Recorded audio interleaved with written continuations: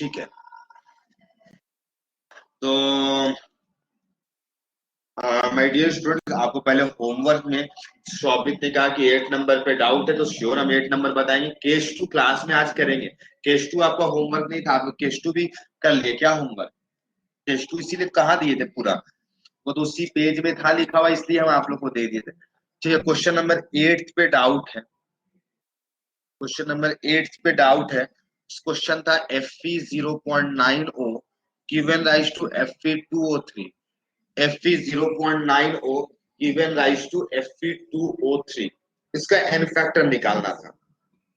ठीक है, तो क्या करेंगे मेरे भाई, यहाँ पे सबसे पहले Fe का चार्ज निकालो। एक Fe का +3 होगा, एक Fe का +3 होगा, और यहाँ पे निकालो। तो इसका x मान लो मेरे भाई, एक Fe का x तो 0.9 Fe है, कितना हुआ 0.9x हो जाएगा। और एक ऑक्सीजन का 2, ओवरऑल न्यूट्रल मॉलिक्यूल है तो 0 हो जाएगा। ओवरऑल न्यूट्रल मॉलिक्यूल है तो 0 हो जाएगा। तो यहाँ से x का वैल्यू कितना आ जाएगा 20/9। 2/0.9 बोलो या 20/9 बोलो, बात तो बराबर है। तो यहाँ पे हम लिख देंगे +20/9। अब चेंज निकाल लो मेरे भाई, ऑक्सीडेशन नंबर का चेंज कितना का हुआ। तो मेरे भाई यहाँ तुमको दिखाई दे रहा है कितना का चेंज है, 7/9 का। कितना का चेंज है, 7/9 का चेंज है। तो यहाँ पे अगर इसका एन फैक्टर निकालोगे तो 7/9, और जितना एटम्स है मेरे भाई तो 0.9 एटम्स है, तो एन फैक्टर 0.1 आ जाएगा। आई होप इसमें तो कोई कंफ्यूजन नहीं होगा। 2 × 7/9, 2 है आइटम्स तो 2 से मल्टीप्लाई कर दो, 14/9 हो जाएगा। तो आई होप शोभित आपको समझ में आ गया होगा। ये कोई कंफ्यूजन नहीं होना चाहिए, अगर नहीं समझ में आया तो पूछ लो। हाँ, शोभित को समझ में आ गया, वेरी गुड शोभित। तो अब हम बात करने जा रहे हैं केस 2 में मेरे भाई। केस 1 सारा के सारा हम डिस्कशन कर लिए थे, ठीक है। अब हम केस 2 डिस्कशन करेंगे, केस नंबर 2। तो केस 2, केस 2 मेरे भाई, ठीक है। इस पे पहले एक लाइन लिख देते हैं, किसके लिए हम निकालेंगे। तो रिएक्शन इन विच वन और मोर एलिमेंट, वन और मोर एलिमेंट, ठीक है, ऑफ सेम कंपाउंड, वन और मोर element of same compound undergoes either oxidation, either oxidation और रिडक्शन। मतलब क्या चीज है ना मेरे भाई। हाँ, 0.7, सॉरी, हाँ 0 गलती से लिखा गया, 0.7 होगा। हाँ जुबैर, 0.7 होगा। Reaction in which more than one element of same compound undergoes either oxidation or reduction।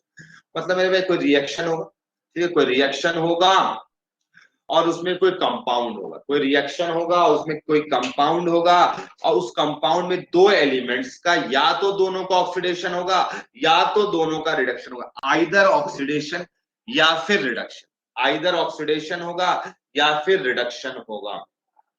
तो ये है केस नंबर 2, ये है केस नंबर 2। एक से ज्यादा एलिमेंट के ऑक्सीडेशन होंगे या एक से ज्यादा एलिमेंट के रिडक्शन होंगे। तो वैसा केस के बारे में हम डिस्कशन करने जा रहे हैं मेरे भाई, वैसा केसेस के बारे में हम डिस्कशन करने जा रहे हैं। तो देखो, एक तो हम लोग का क्या मेथड था, एन फैक्टर का मतलब था नंबर ऑफ इलेक्ट्रॉन इन्वॉल्व्ड, ठीक है, कितना इन्वॉल्व है रिएक्शन, किसी एक रिएक्शन के दौरान में, किसी एक रिएक्शन के दौरान कितना इलेक्ट्रॉन्स का इन्वॉल्वमेंट है। हाँ, पर मॉलिक्यूल बात करते थे, वहां पर मॉलिक्यूल बात करते थे, और ऑक्सीडेशन नंबर वाला में पर एटम बात करते थे, पर एटम बात करते थे। ये दोनों में डिफरेंस है। हाँ, बेसिक डेफिनेशन तो वही वाला है, नंबर ऑफ इलेक्ट्रॉन इन्वॉल्व्ड पर मॉलिक्यूल, वहीं से आया है। लेकिन हम लोग शॉर्टकट चाहते हैं, तो शॉर्टकट निकालने का मेथड क्या हुआ, चेंज कितना हो रहा है ऑक्सीडेशन नंबर का, उसको नंबर ऑफ एटम से उसको मल्टीप्लाई कर दो, पता चल जाएगा। नंबर ऑफ एटम से मल्टीप्लाई कर देंगे, पता चल जाएगा। हाँ, लेकिन अब यहाँ पर क्या चीज है, तो वो वाला मेथड हमेशा वैलिड है। कौन वाला मेथड, कि इलेक्ट्रॉन्स पता कर लो और हमको आंसर पता चल जाएगा एन फैक्टर का। तो बेसिक है, उसी से करेंगे। लेकिन मेरे भाई फिर सवाल है कि उतना लंबा करने से तो अच्छा बैलेंस कर लेना। तो नहीं, उसके लिए भी हम शॉर्टकट बताएंगे। तो देखो एक एग्जांपल देखो मेरे भाई, FeC2O4, FeC2O4 given rise to Fe3 plus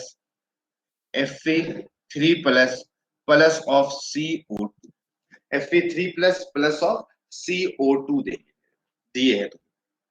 हाँ, सिंस आपको पता है कि C2O4 का 2- होता है तो आयरन का +2 होगा और यहाँ पर +3 में चला गया है, +2 से +3, यहाँ पे ऑक्सीडेशन नंबर का चेंज 1 का हुआ है। चेंज कितना का हुआ? 1 का। एग्जाम्पल नंबर इसको कर दो 9, सिंस 8 तक डिस्कशन हो गया था, एग्जाम्पल नंबर इसे 9 कर दो।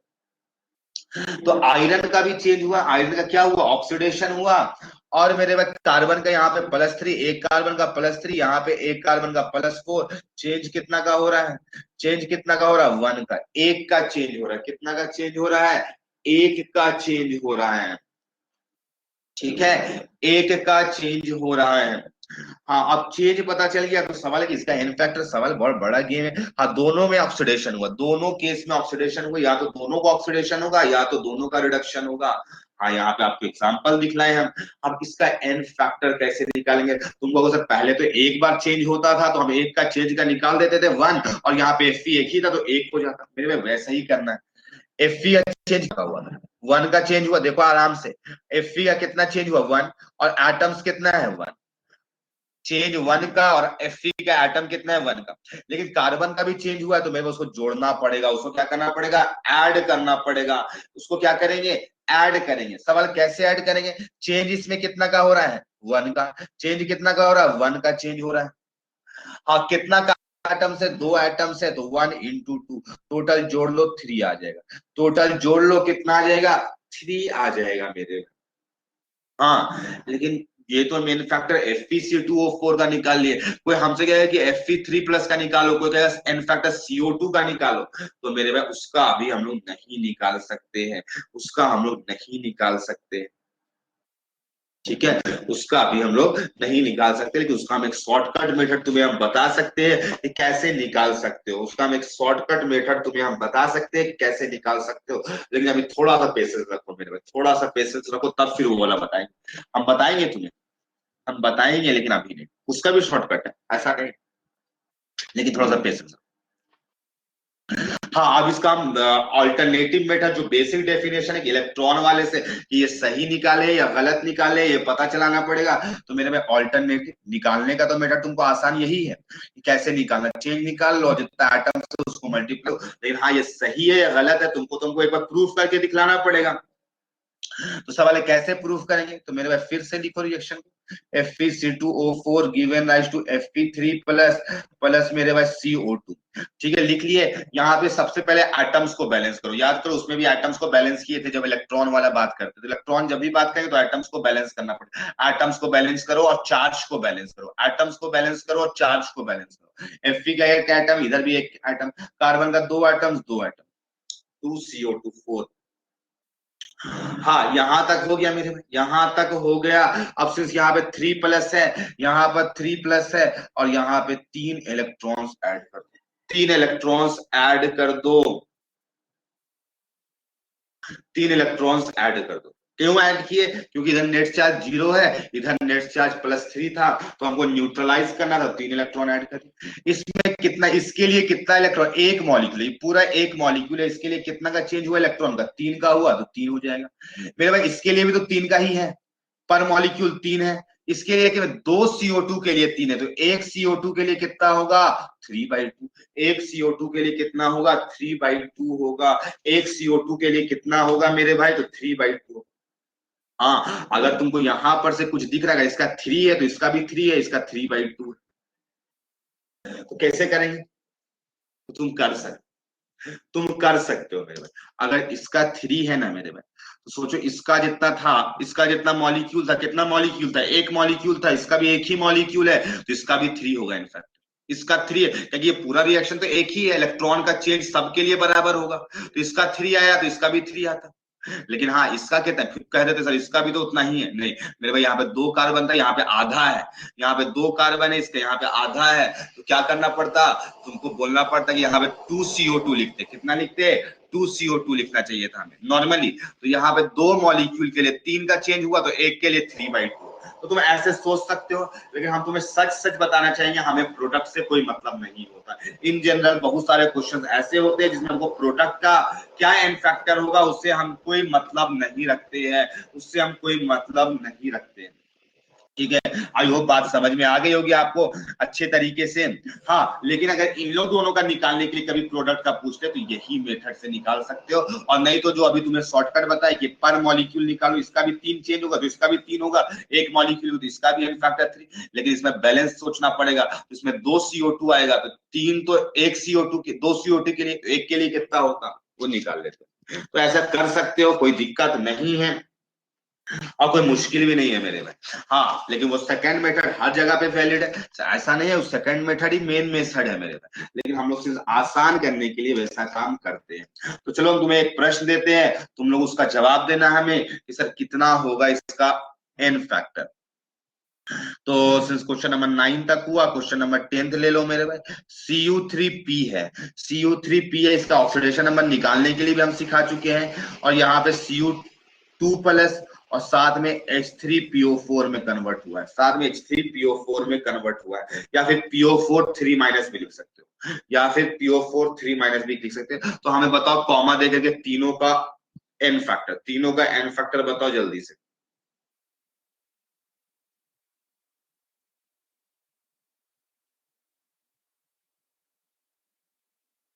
तीनों का एन फैक्टर बताओ।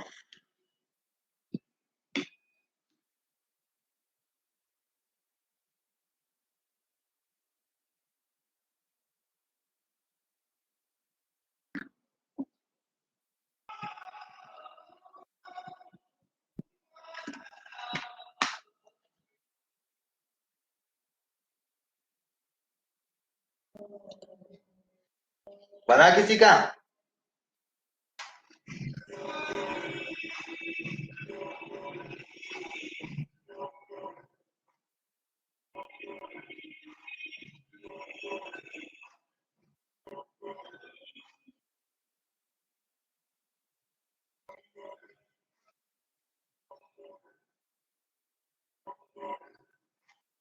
किसी का बना? कोई नहीं? मेरे भाई यहाँ पे एक कॉपर का +1 है, क्योंकि अगर +1 नहीं रखोगे, +2 रखोगे तो दिक्कत हो जाएगा। दिक्कत क्यों हो जाएगा? फास्फोरस का मिनिमम 3 हो सकता है। हाँ, श्रुति का सही है 11 होगा, लेकिन इन लोग दोनों का ही बताओ। वैसे शॉर्टकट लगा दो आराम से, कोई दिक्कत नहीं है, शॉर्टकट लगाओ आसानी से, कोई दिक्कत नहीं है। यहाँ से +1 से +2 गया तो 1 का चेंज, यहाँ से ये फास्फोरस का +5 है, 8 का चेंज है, 8 का चेंज है। बहुतों को लग रहा होगा कि सर -3 से 5 गया, 2 का चेंज है, नहीं, वो 8 का चेंज है, माइनस करना होता है। चेंज कितना का है? 8 का चेंज है। हाँ, जुबैक का भी सही है, तो 8 का चेंज है। तो मेरे भाई एन फैक्टर कैसे निकालेंगे? तो यहाँ पे कॉपर क्या एक चेंज है और 3 एटम्स है, तो 3, और फास्फोरस का केवल इसमें एक ही एटम है तो 8 का चेंज है, तो 8 + 3 11 हो जाएगा। 8 + 3 कितना हो जाएगा? 11 हो जाएगा। हाँ, अब यहां से तुम सोचो, यहाँ पे 3 कॉपर है तो 3 कॉपर के लिए 11 है, 3 कॉपर के लिए 11 है, तो एक कॉपर के लिए कितना होगा? 11/3। एक कॉपर के लिए कितना होगा? 11/3। हाँ, फास्फोरस यहाँ पे भी एक है, फास्फोरस यहाँ पर भी एक है, तो इसका एन फैक्टर कितना होगा? 11 होगा। हाँ, रितु का बिल्कुल सही है, वेरी गुड रितु, तीनों पार्ट उसका सही है। तो इस तरीके से निकाल सकते हो, और तुम इलेक्ट्रॉन बैलेंस करके भी निकाल सकते हो, इलेक्ट्रॉन बैलेंस करके भी निकाल सकते हो। मेरे हिसाब से तो यही सही है, ज्यादा आसान है, जितना आसान रखोगे और जितना ज्यादा इलेक्ट्रॉन वाले में फंसोगे उतना मुश्किल हो। मेरे हिसाब से तो यही ज्यादा सही है कि तुम देखो और जवाब दे दो, देखो और जवाब दे दो। ठीक है, चलो मेरे आवाज कट रहा है, मेरे पास से तो नेटवर्क इशू सही है, यहाँ पे तो हमें एकदम पूरा ब्लू ब्लू दिखाई दे रहा है एकदम। किसी को और भी लग रहा है कट रहा है क्या? नॉइज भले जा रहा होगा, मे बी नॉइज जा सकता है, लेकिन आ, कटना नहीं चाहिए आवाज। एक बार हमें सब कोई रिस्पांस दो, सब कोई रिस्पांस दो।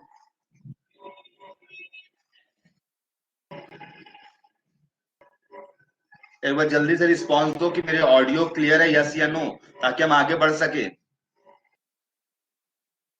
नो नॉइज आ रहा है ऋषिकेश, नॉइज आ रहा है, तो ये मेरे साइड से नहीं है, ये बाहर में कोई बजा रहे, तो अब इसका हम कुछ नहीं कर सकते, इसका इलाज।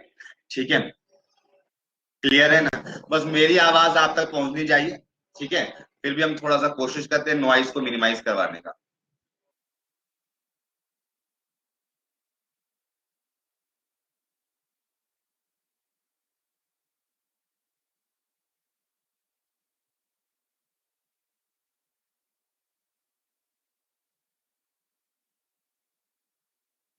सब कोई लीव क्यों कर जा रहा है? हम तुम्हें एक प्रश्न दे रहे हैं मेरे भाई, जल्दी से बनाना। तुम्हें एक प्रश्न दे रहे हैं, जल्दी से। AH2S3 आर्सेनिक है मेरे भाई, आर्सेनिक दिए है, और आर्सेनिक का एसिड दिए है।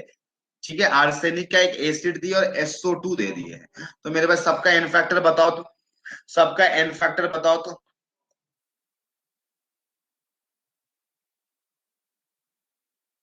सबका जल्दी से एन फैक्टर बताओ, फास्ट। हेलो, जल्दी बताओ मेरे भाई एन फैक्टर सबका।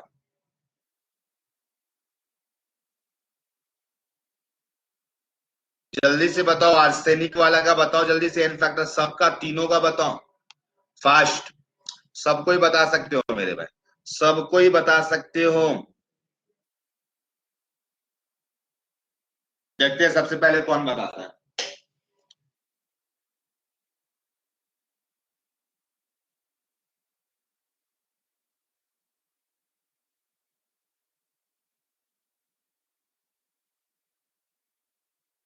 किसी का बना?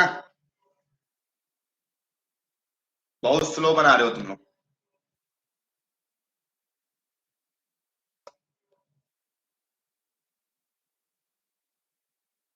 कोई नहीं बनाया अभी तक, चलो अब हम ही बताते हैं। तो मेरे में आर्सेनिक का क्या क्या ले सकते हैं वो सोचना पड़ेगा। ठीक है, इन जनरल सल्फर का हम -2, क्योंकि सल्फर ज्यादा इलेक्ट्रोनिगेटिव है, तो हम ऐसा सोचेंगे कि सल्फर का -2 होगा, 3 सल्फर का -6, तो एक आर्सेनिक का +3, जो कि पॉसिबल भी है, जो कि पॉसिबल भी है, आर्सेनिक का +3 हो सकता है, फास्फोरस वाले फैमिली का है। यहाँ पे आर्सेनिक का निकालोगे तो +5 है, यहाँ पे आर्सेनिक का निकालोगे तो +5 है, और यहाँ पे सल्फर का निकालोगे तो +4 है। देखो दोनों केस में ऑक्सीडेशन हो रहा है, यस दोनों केस में ऑक्सीडेशन। यहाँ पे चेंज कितने का है? 2 का है, और यहाँ पे चेंज 6 का है। यहाँ पे चेंज कितना का? 6 है। सौम्यदीप का बिल्कुल सही है, इन फैक्टर 22 आएगा, लेकिन बाकियों का कितना आएगा? बाकियों का कितना आएगा? तो यहाँ पे देखो आर्सेनिक 2 है, और चेंज भी 2 का है, तो 2 × 2। यहाँ पे सल्फर का चेंज 6 का है, और कितना सल्फर है? 3 है, तो 18 + 4 22 हो जाएगा। एन फैक्टर कितना हो जाएगा? 22 हो जाएगा। हाँ, यहाँ पे आर्सेनिक 2 है, यहाँ पे 1 है, तो यहाँ पर 2 लगाना चाहिए हमें। तो 2 के लिए 22, तो 1 के लिए कितना हो जाएगा? 1 के लिए 11 हो जाएगा। 1 के लिए कितना हो जाएगा? 11 हो जाएगा। हाँ, यहाँ पे सोचो 3 सल्फर है, तो यहाँ पे भी 3 होगा, तो 3 SO2 के लिए 22 होगा, तो 1 के लिए कितना हो जाएगा? 22/3 हो जाएगा। हाँ, सौम्यदीप का सही है, 22/3 हो जाएगा। तो मेरे भाई इस तरीके से निकालना होता है, ये भी बहुत सिंपल है, कोई मुश्किल नहीं है। ठीक है, अपने आप तुम्हें पता चलने लगेगा धीरे धीरे प्रैक्टिस से। और पता है ये सब बहुत ज्यादा नहीं है, हम तो सिर्फ एन फैक्टर निकालने सिखा रहे हैं, एन फैक्टर। ज्यादा ये सब का एन फैक्टर से क्वेश्चन नहीं जरूरत पड़ेगा। ठीक है, क्वेश्चन में जो जरूरत पड़ेगा उसको तो हम लोग याद रखे रहेंगे। जैसे अब हम नोट पे लिखाने जा रहे हैं मेरे में, नोट में। ठीक है, तो उसको नोट लिखो, या फिर ऐसे लिखो, एप्लीकेशन ऑफ इक्विवेलेंट कॉन्सेप्ट। तो एप्लीकेशन ऑफ इक्विवेलेंट कॉन्सेप्ट में ही एक नोट बना लेते हैं छोटा सा। ठीक है, तब फिर इसका क्वेश्चन वाले पार्ट पे आएंगे, तो इसमें नोट कुछ हम लोग को बेसिक जरूरत पड़ेगा मेरे भाई, कुछ हमको बेसिक चीजों का जरूरत पड़ेगा, तो उसको पहले नोट पे लिख लेते हैं। तो जैसे हमको सबसे पहले हम बात करेंगे इस चैप्टर के अंदर में KMnO4 के बारे में जरूरत पड़ेगा, KMnO4 के बारे में जरूरत पड़ेगा। तो मेरे भाई मैंगनीज का ऑक्सीडेशन नंबर +7 होता है, और ये अब लूज नहीं कर सकता, ये अब लूज नहीं कर सकता, ये बस गेन कर सकता है। तो ये खुद रिडक्शन करेगा, तो ये दूसरे को ऑक्सीडाइज करेगा।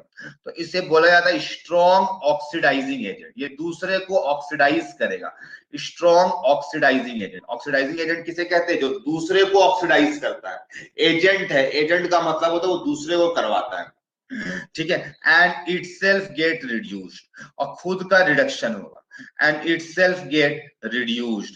ठीक है, क्यों ऐसा होगा? क्योंकि मैंगनीज अपने मैक्सिमम ऑक्सीडेशन नंबर पे इससे ज्यादा नहीं हो सकता है, तो ये बस और बस लेग करके रिडक्शन करेगा अपना, तो दूसरे को ऑक्सीडाइज करेगा, ठीक है। लेकिन सवाल है कि जो दूसरे को ऑक्सीडाइज करेगा, दूसरे को जो ऑक्सीडाइज करेगा वो डिपेंड करता है मीडियम पर, वो डिपेंड करता है मीडियम पर। तो लिख सकते हो it's oxidising tendency, it's oxidising tendency depends on the medium, depends on medium. इसका ऑक्सीडाइजिंग टेंडेंसी जो होता है वो मीडियम पर डिपेंड करता है, किस मीडियम पे लिया गया है, किस मीडियम पे लिया गया है। तो मेरे भाई जो KMnO4 है, अगर एसिडिक मीडियम में होगा तब क्या करेगा, अगर बेसिक मीडियम में होगा तब क्या करेगा। तो मेरे भाई अगर एसिडिक मीडियम में होगा तो ये Mn2 प्लस में जाएगा, एसिडिक मीडियम में होगा तो ये Mn अपना +7 से +2 में चला जाएगा। कब? जब एसिडिक मीडियम होगा, ठीक है। जब न्यूट्रल होगा या वीकली बेसिक होगा, ठीक है, न्यूट्रल होगा या वीकली बेसिक होगा, ठीक है, न्यूट्रल या फिर और weekly basic, weekly basic medium हो, तो उस केस में Mn का 4 प्लस में चला जाएगा। याद करना भी आसान है, 2, 4 और 6 होता है मेरे पास। हाँ, ये स्ट्रांगली बेसिक में। अगर आपको लिखा रहे क्वेश्चन में कि MnO4 माइनस किसी को ऑक्सीडाइज कर रहा है स्ट्रांगली बेसिक मीडियम में, तो आप MnO4 माइनस को ले जाकर के Mn6 प्लस में कन्वर्ट कर देना, ठीक है। अगर आपको लिखा रहेगा न्यूट्रल या वीकली बेसिक लिखा रहेगा तो वहां पे Mn4 प्लस में ले चल जाना, और अगर एसिडिक मीडियम लिखा रहेगा तो Mn2 प्लस में ले जाना। ये हम बताएंगे कैसे अप्लाई करना, ये सब चीज हम तुम्हें सिखाएंगे, टेंशन बिल्कुल लेने की जरूरत नहीं है। ये सारा काम मेरा है, मेरा रिस्पॉन्सिबिलिटी है कि कैसे सिखाना है। आप लोग बार बार लीव कर रहे हो और ज्वाइन कर रहे हो, नहीं पता हमें क्यों ऐसा कर रहे हो। इस तरीके से करोगे तो कॉन्सेप्ट नहीं गेन हो पाएगा। तो मेरे भाई ये बात अभी तुम्हें हम बताया, तो हम आगे बताना चाहेंगे तुम्हें और भी बातें इससे रिलेटेड। तुम उसे क्या बताना चाहते हैं? तो कभी कभी सिर्फ बेसिक लिखा रहता है, तो आपको इफ ओनली लिख लो इस बात को भी, if only basic medium is given. तो इसका मतलब आप न्यूट्रल वाला समझिएगा, न्यूट्रल या वीकली बेसिक, इसका मतलब है न्यूट्रल, न्यूट्रल वाला, न्यूट्रल और वीकली बेसिक होता है इसका मतलब, इसका मतलब न्यूट्रल और वीकली बेसिक होता है। हाँ, MnO4 माइनस का ऑक्सीडाइजिंग टेंडेंसी जो है डिपेंड करेगा मीडियम पर, मीडियम पर डिपेंड करेगा। एसिडिक मीडियम में Mn2 प्लस में जाएगा, बेसिक मीडियम में वीकली बेसिक या न्यूट्रल में Mn4 प्लस में, और स्ट्रांगली बेसिक में Mn6 प्लस में जाएगा। नोट का पॉइंट नंबर 2 जो है मेरे भाई, K2Cr2O7 ये Cr3 प्लस में चला जाएगा, Cr3 प्लस में चला जाएगा। हाँ, +6 से +3 में जाता है, +6 से +3 में, 6 से 3, पता है इसका ऑरेंज होता है कलर, इसका ग्रीन होता है। अब कोई भी मीडियम हो कोई फर्क नहीं पड़ेगा, एनी मीडियम। ये भी एक बहुत तगड़ा ऑक्सीडाइजिंग एजेंट है, ये भी एक ऑक्सीडाइजिंग एजेंट है। ओए, ओए का मतलब ऑक्सीडाइजिंग एजेंट है, ये भी बहुत अच्छा ऑक्सीडाइजिंग एजेंट होता है मेरे, ये भी एक बहुत अच्छा ऑक्सीडाइजिंग एजेंट होता है। हम लोग को नोट का पॉइंट नंबर 3, हाँ ये कोई भी मीडियम में हो इसी में जाएगा, Cr+6 Cr+3 में जाता है। मेरे भाई इसको याद भी नहीं करना पड़ता, पता है सबको पता होता है, 6 से 3 जाता है, 3 होगा तो 6 में ले जाना है, 6 होगा तो 3 में ले जाना है, कुछ दिक्कत ही नहीं है, कोई दिक्कत ही नहीं है, ठीक है मेरे भाई। अब तुमको हम बताना चाहेंगे मेरे भाई, कोई अगर ऑक्सीडाइजिंग एजेंट हो, कोई भी अगर ऑक्सीडाइजिंग एजेंट हो और साथ में C2O4 2 माइनस आ जाए, अगर कभी भी कोई ऑक्सीडाइजिंग एजेंट हो, तुमको सर कौन ऑक्सीडाइजिंग एजेंट होगा? KMnO4 होगा, K2Cr2O7 होगा, सबके सब तो ऑक्सीडाइजिंग एजेंट ही है, सबके सब ऑक्सीडाइजिंग एजेंट ही है। और मेरे अगर इसके प्रेजेंस में ले जाओगे तो ये हमेशा C2O4 2 माइनस जो है वो CO2 में कन्वर्ट होगा, CO2 में कन्वर्ट होगा। हाँ, ये किस किस फॉर्म में लिखा हुआ मिल सकता है आपको? H2C2O4, ठीक है, Al2C2O4 होल थ्राइस, ठीक है, सब में C2O4 2 माइनस ही प्रेजेंट है, C2O4 2 माइनस ही प्रेजेंट है, तो वो हमेशा CO2 में जाएगा, वो हमेशा CO2 में जाएगा। ये सबको बात को याद रखना पड़ेगा आपको। K2Cr2O7 हमेशा Cr+3 में जाएगा, ठीक है, C2O4 2 माइनस हमेशा किसी ऑक्सीडाइजिंग एजेंट के प्रेजेंस में CO2 में जाएगा। इसको याद रखना पड़ेगा तुम्हें। ये क्वेश्चन में आपको गिवन हो गया तो बहुत अच्छी बात है, नहीं गिवन हुआ तो आपको पता होना चाहिए बात। ऐसा IIT जेई आपको ये मान के चलता है कि ये सब आपको पता है, इसका आता है आपको। तो Na2H2O3 plus I2, sir server में शायद कुछ एरर हो रहा है, कुछ ज्यादा एरर हो रहा है क्या? मेरे साइड से कोई इश्यू नहीं है मेरे में। किस टाइप का एरर हो रहा है हमें समझ में नहीं आ रहा है, किस टाइप का एरर हो रहा है हमें समझ में नहीं आ रही है बातें।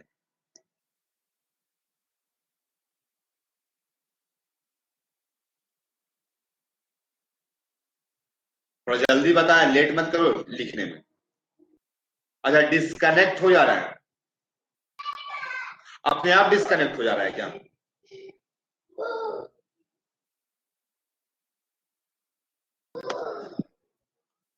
क्या करें, जूम में ले लें?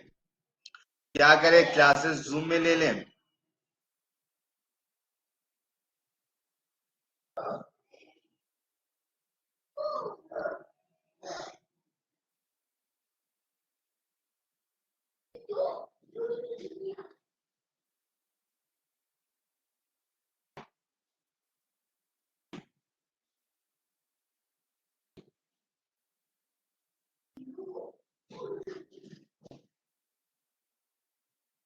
एक सेकेंड, हम ये फोटो डाल देते हैं आप लोग जो भेजे हो। लैपटॉप से प्रॉब्लम हो रहा है और बाकी जगह पे नहीं हो रहा है।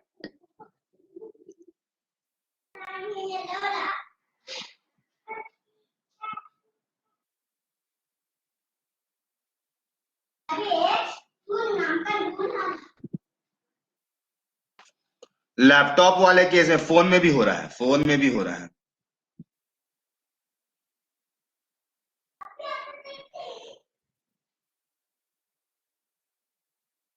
क्या करें, जूम में ले लें? इसी में रहने दें, जूम में ले ले या इसी में रहने दें?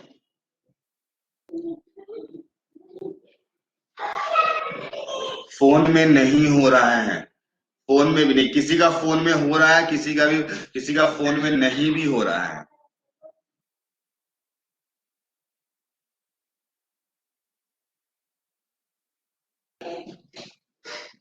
हाँ, सर्वर मेरे साइड से कोई इशू नहीं, मेरा कोई डिसकनेक्शन नहीं हो रहा। एक बार अपना प्लीज, हम 2 मिनट का तुम्हें टाइम देते हैं, बस सुन लो मेरी बातों को। एक बार अपना फोन को फ्लाइट मोड में डालो, एयरप्लेन मोड में, और फिर उसको हटाओ वापिस से, और फिर देखो नेट कनेक्ट करके, फिर से देखो और फिर से कनेक्ट हो। हम तुम्हें 2 मिनट का टाइम देते हैं, ठीक है? एक बार अपना फोन को फ्लाइट मोड में डालो, फ्लाइट मोड में डालने के बाद वापिस से तुम लोग ज्वाइन करो, जिसका भी प्रॉब्लम हो रहा है, फोन हो लैपटॉप हो जो भी हो, लैपटॉप में भी रहता है फ्लाइट मोड करने का, ठीक है? जिसका सही है उसको कोई दिक्कत नहीं है। एक बार ट्राई करो, नहीं होगा तब तो लेंगे ही जूम में।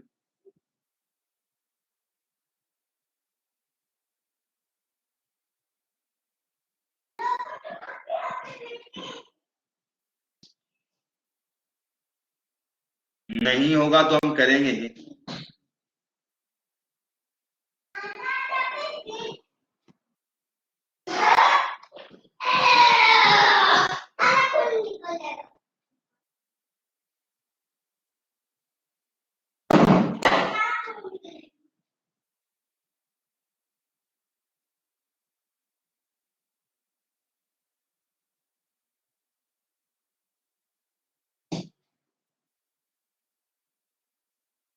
ठीक हो गया? जो सर्वर इशू था वो ठीक हो गया?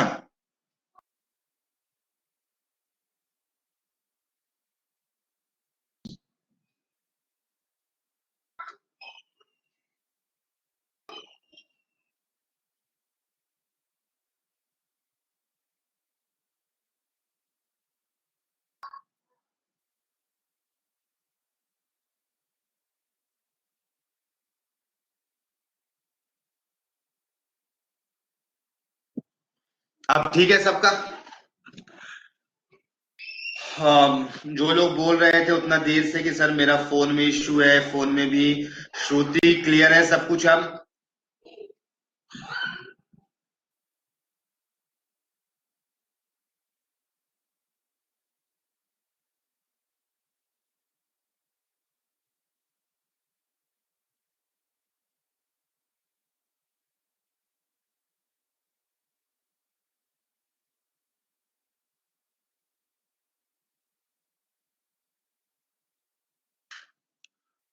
ठीक है, सबका ठीक हो गया? ऑलमोस्ट सभी का ठीक हो गया? हम स्टार्ट करते हैं। किसी लोग का अभी भी एरर आ रहा है, हमको मैसेज कर रहे हैं व्हाट्सएप में।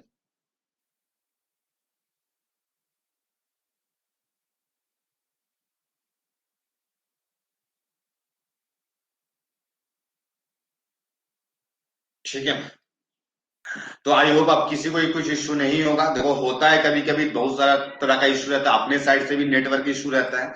ठीक है, तो उसकी वजह से भी होता है, हर बार सर्वर ही एरर हो ऐसा कोई जरूरी नहीं कि हाँ। लेकिन अभी फिर से ऐसा हुआ है, चैम्प का वेबसाइट में एक दो दिन से ये प्रॉब्लम आ रहा है मतलब। ठीक है, बीच में बहुत सही हो गया था, लेकिन फिर से ये इश्यू आ रहा है। ठीक है, वेदर कंडीशन खराब होता है तो मेरे भाई ये सारा इश्यूज आ सकते हैं। तो Na2H2O3 प्लस I2 कभी गिवन हो मेरे भाई, Na2H2O3 प्लस I2 कभी गिवन हो। ये कुछ लोग ग्रुप में मैसेज भी डाल रहे हैं। हम्म, Na2H2O3 प्लस I2 मेरे भाई। अब क्या करो, इसको इसको हम लोग को कभी भी ये गिवन हो तो क्या होगा मेरे भाई इस केस में, I माइनस प्लस हमेशा Na2S4O6। हाँ, इसको तुम H2O3 2 माइनस भी लिख सकते हो, इसको भी S4O6 2 माइनस भी लिख सकते हो, S4O6 2 माइनस भी लिख सकते हो, कोई दिक्कत नहीं है। हाँ, लेकिन ये महा इंपॉर्टेंट है मेरे भाई, फोर्थ नंबर जो हम लिखवाए नोट का पॉइंट, ये महा इंपॉर्टेंट, इसको याद ही रखना पड़ेगा आपको। ठीक है, Na2H2O3 प्लस I2 क्या बनाता है, I माइनस प्लस Na2S4O6। हाँ, इसका नाम है मेरे भाई सोडियम थायोसल्फेट। इस कंपाउंड का नाम है Na2 सोडियम थायोसल्फेट, है ना। थायोसल्फ्यूरिक एसिड से बना है, थायोसल्फ्यूरिक एसिड H2H2O3 से बना है। अच्छा मेरे इसको बहुत फेमस एक और नाम से बोला जाता है, हाइपो बोला जाता है। इस सॉल्यूशन को क्या बोला जाता है, हाइपो सॉल्यूशन कहा जाता है। क्या कहा जाता है, हाइपो सॉल्यूशन कहा जाता है। हाँ, यहाँ पे सल्फर का ऑक्सीडेशन नंबर +2 है, और यहाँ पे एक सल्फर का ऑक्सीडेशन नंबर +2.5 है, यानी 0.5 का चेंज हुआ। एन फैक्टर 0.5 नहीं है, एन फैक्टर तुम मल्टीप्लाई करना पड़ेगा 2 से यहाँ पे, और यहाँ पे 4 से मल्टीप्लाई करना होगा, तब एन फैक्टर निकलेगा। लेकिन हाँ, ये एग्जांपल महा इंपॉर्टेंट, हम ये बता सकते हैं कि आप जितना भी क्वेश्चन सॉल्व करोगे उसमें 25 to 30% क्वेश्चन में यही आएगा, 25 to 30% क्वेश्चन में ये मिलने वाला है आप। इसलिए इसको भूल गया तो मतलब फिर छोड़ देना, कोई फायदा नहीं है उसके बाद। तो ये फोर्थ नंबर में महा इंपॉर्टेंट है, इसको अच्छे तरीके से ध्यान में रखना, भूल मत जाना। हाँ, नोट का तुम्हें एक फिफ्थ पॉइंट बताने जा रहे हैं, नोट का एक फिफ्थ पॉइंट हम बताने जा रहे हैं मेरे भाई। तुमको अगर क्या है नोट का फिफ्थ पॉइंट, तो देखो, ऑक्सीडाइजिंग एजेंट हो कोई भी, और साथ में अगर H2O2 तो ऑक्सीडाइज कर देगा, तो H2 हाइड्रोजन का रिमूवल हो जाएगा। ऐसे सोच सकते हो कि जब हम लोग कोई ऑक्सीडाइजिंग एजेंट आएगा तो हाइड्रोजन का रिमूवल हो जाएगा, तो क्या हो जाएगा, O2 बना लेगा। और अगर कोई रिड्यूसिंग रिएजेंट है, रिड्यूसिंग एजेंट और H2O2 है, तो तुम्हारा ऑक्सीजन का रिमूवल होकर के H2O बना लेगा। ऑक्सीजन का रिमूवल करके क्या बना लेगा, H2O बना लेगा। ऑक्सीजन का रिमूवल करके, ऑक्सीजन का रिमूवल करके क्या बना लेगा, H2O बना लेगा। तो ये है मेरे भाई, ये कॉन्सेप्ट है, तो इसको याद रखना पड़ेगा अभी के लिए। बाद में तुम्हारा ये सारा इनऑर्गेनिक रिएक्शंस आएंगे तो तुमको याद भी करना कर सकते हो, अभी तो याद करना ही पड़ेगा, लेकिन बाद में ये सारा आपको लॉजिकल पता चल जाएगा क्या लॉजिक है इसके पीछे में। हाँ, H2O2 के बारे में आप जानते भी थे कि हम लोग पढ़े थे, कहां पर पढ़े थे, वॉल्यूम स्ट्रेंथ ऑफ H2O2, ये रूम टेम्परेचर में डिकम्पोज कर जाता है H2O प्लस O2 में, यानी कि क्या हो जाता है, यही वाला रिएक्शन हो जाता है। और ऐसे रिएक्शन को क्या बोलते हैं, डिसप्रोपोर्शनेशन रिएक्शन कहते हैं, जिसमें क्या हो, ऑक्सीडेशन भी हो और रिडक्शन भी हो, एक ही चीज का, ऑक्सीजन का ही हुआ है, -1 यहाँ पे -2 यहाँ पे 0, तो ऑक्सीडेशन भी हुआ है ऑक्सीजन का और रिडक्शन भी हुआ है, तो ऐसे रिएक्शन को डिसप्रोपोर्शनेशन रिएक्शन कहते हैं।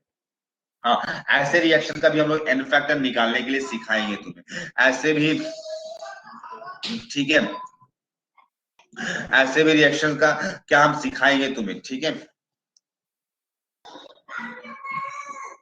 ठीक है, तो इसको लिख लो मेरे भाई, 5 पॉइंट तुम्हें अभी याद रखना है। तुम्हें कुछ कॉन्सेप्ट बताएंगे और उसके बेसिस पर सवाल बनेगा, कुछ कॉन्सेप्ट बताएंगे और सवाल बनेगा। हाँ ऋषिकेश, कौन वाला चीज को एक बार और एक्सप्लेन करने बोल रहे हो, जल्दी बताओ, थोड़ा फास्ट बोलो, नहीं तो हम निकलेंगे आगे, क्योंकि ऑलरेडी फिफ्थ नंबर पॉइंट को, अच्छा फिफ्थ नंबर पॉइंट को एक्सप्लेन कर देते हैं।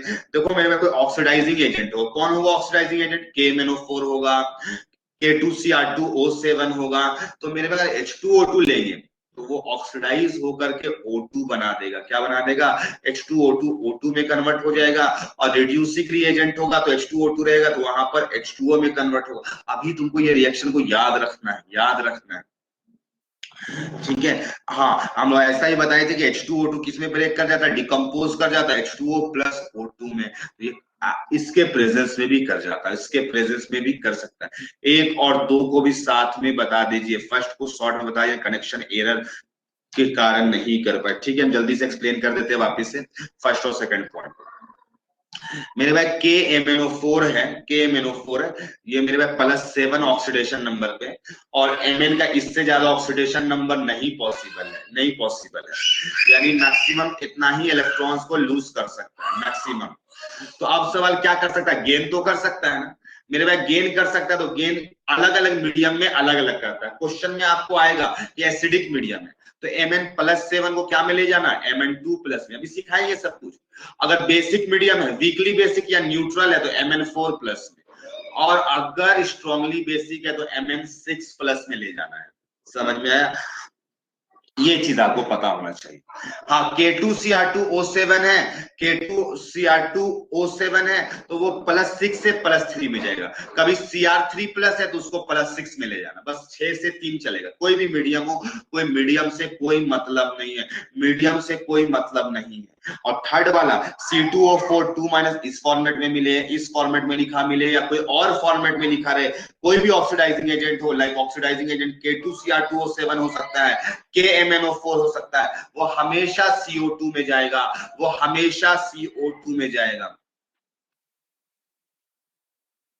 ठीक है। अब क्वेश्चंस करते हैं मेरे भाई तो क्लियर होगा, ज्यादा क्लैरिटी आएगा, अभी हम जितना बोलेंगे उतना क्लैरिटी नहीं आएगा, ठीक है। ये सारा का रीजन आपको ऑर्गेनिक में जब रिएक्शंस पढ़ा रहे होंगे तो मिल जाएगा रिएक्शन, लेकिन अभी आपको याद रखना ही, वो इवन याद कर लो तो ज्यादा बेटर है, कौन सा बड़ा चीज है, तो बहुत ऐसा थोड़ी है कि नहीं याद कर सकते हो 3-4 एग्जाम्पल। हाँ, श्रुति का जवाब है सर, KMnO4 प्लस H2O2 करे तो H2O2 कौन सा मीडियम है, कोई सा भी मीडियम, कोई सा भी मीडियम हो श्रुति, H2O2 ऑक्सीडाइजिंग एजेंट है, केस में O2 बनेगा। हाँ, MnO4- के बारे में लिखा रहेगा कि मीडियम कौन सा है, अगर एसिडिक रहेगा तो उसी रिएक्शन को आप ऐसे लिख दीजिएगा, MnO4- plus H2O2 given rise to Mn2+ plus O2 लिखिएगा, H2O2 हमेशा O2 में जाएगा ऑक्सीडाइजिंग एजेंट के केस में, ठीक है। हाँ, MnO4- का डिपेंड करेगा कि Mn किस में कन्वर्ट हो रहा है, तो वो तो मीडियम पे डिपेंड करेगा। आई होप श्रुति आपको क्लियर हो गया होगा। हाँ, अब सवाल को कैसे अप्रोच लेना है ये हम बताने जा रहे हैं इक्विवेलेंट कॉन्सेप्ट का। तो मेरे पास कोई रिएक्टेंट रहेगा, जैसे ए रहा, बी रहा और कुछ प्रोडक्ट बना है, देखो सुन लो कॉन्सेप्ट, सुनो मेरे भाई, क्वेश्चन को कैसे सॉल्व करना है, ये कॉन्सेप्ट सीख के तो सारा सवाल बन जाएगा चुटकी में। कैसे सवाल करते हैं मेरे भाई, क्या करना है, इसका देखो एन फैक्टर तुमको निकालना पड़ेगा, ये निकालना पड़ेगा, इसका एन फैक्टर मान लो और इसका इन्फेक्टर निकाल लेना। ये तो काम करना ही पड़ेगा मेरे भाई, ये दोनों काम करना पड़ेगा। एक रिएक्टेंट का, पहले वाले रिएक्टेंट का भी, दूसरे वाले रिएक्टेंट का भी। हो सकता है प्रोडक्ट का कभी पूछे तो प्रोडक्ट का भी इन्फेक्टर निकालना पड़ेगा। हाँ, in general most of the cases में रिएक्टेंट का काम होता है, तो रिएक्टेंट्स का इन्फेक्टर इसका सब निकालना है कुछ, तो एन फैक्टर तुमको निकालना पड़ेगा। लेट से इसका मोल्स पता है, इसका मोल्स नोन है, और इसका मोल्स तुमको निकालना है, मोल्स निकालना है। तो मेरे भाई इक्विवेलेंट का कॉन्सेप्ट ये है कि equivalent of A equal to equivalent of B होता है। ठीक है, हाँ, equal to equivalent of A equal to equivalent of B होगा, दोनों का इक्विवेलेंट्स बराबर होगा, बराबर होगा। अच्छा, नंबर ऑफ इक्विवेलेंट्स का क्या फॉर्मूला आया था? Number of moles into N factor. इसको n1 कर दो, इसको n2 कर दो, n1 इंटू एन फैक्टर, इसको n2 into N factor. n1 तुमको नोन होगा, एन फैक्टर नोन होगा, यहाँ पे एन फैक्टर नोन होगा, n2 निकल जाएगा, n2 निकल जाएगा। ये एक कॉन्सेप्ट हुआ, कॉन्सेप्ट 1। कॉन्सेप्ट हम आपको दिए, सवाल को कैसे निकालना, किसी का मोल्स निकालना है तो ऐसे यूज कर सकते हो, जनरली मोल्स निकालना होगा, ठीक है, तो ऐसे यूज करेंगे हम लोग इक्विवेलेंट। दूसरा कॉन्सेप्ट, कॉन्सेप्ट 2 देखो, कॉन्सेप्ट नंबर 2 देखो। ऐसा होगा कि कोई एक रिएक्टेंट होगा और प्रोडक्ट होगा मेरे, ठीक है, दो एक से ज्यादा रिएक्टेंट भी हो सकता है। इसका एन फैक्टर पता होना चाहिए, इसका एन फैक्टर नोन होगा, प्रोडक्ट का एन फैक्टर अगर नोन है। अच्छा चलो हम दो रिएक्टेंट ले लेते हैं, दो रिएक्टेंट ले लेते हैं ए और बी, इसका भी एन फैक्टर आपको पता है, इसका भी एन फैक्टर पता है, और इसका भी एन फैक्टर नोन है। हाँ, इसका भी आपको मोल्स पता है, इसका भी मोल्स पता है, इसका भी मोल्स पता है, और इसका मोल्स निकालना है तुमको। बस ऐसा क्या, किसी का भी तुमको बस equivalent of A equal to equivalent of product होगा। हम कहेंगे हाँ होगा, ये तो होगा। तो तुमको बता equivalent of B equal to equivalent of product भी होगा। हाँ, ये भी होगा, ये भी सही है। Equivalent of B equal to equivalent of product भी होगा। लेकिन मेरे भाई इफ, ये तो हो गया, लेकिन अगर इफ इक्विवेलेंट जो है ए का ज्यादा हो गया इक्विवेलेंट ऑफ बी, तो इस केस में लिमिटिंग रिएजेंट वाला कॉन्सेप्ट आ जाएगा। ये लिमिटिंग रिएजेंट होगा, and use use equivalent of limiting reagent to find moles। अगर ऐसा भी हुआ कि इस दोनों का भी सब कुछ पता है, तो पक्का वहां पे लिमिटिंग रिएजेंट वाला केस होगा। Equivalent of A equivalent of B बराबर नहीं होगा, बराबर नहीं होगा, तो उस केस में तुमको लिमिटिंग रिएजेंट लगाना पड़ेगा। तो ए और बी में जो लिमिटिंग होगा उसके रिस्पेक्ट का इक्विवेलेंट लगा करके प्रोडक्ट और रिएक्टेंट को बराबर करना।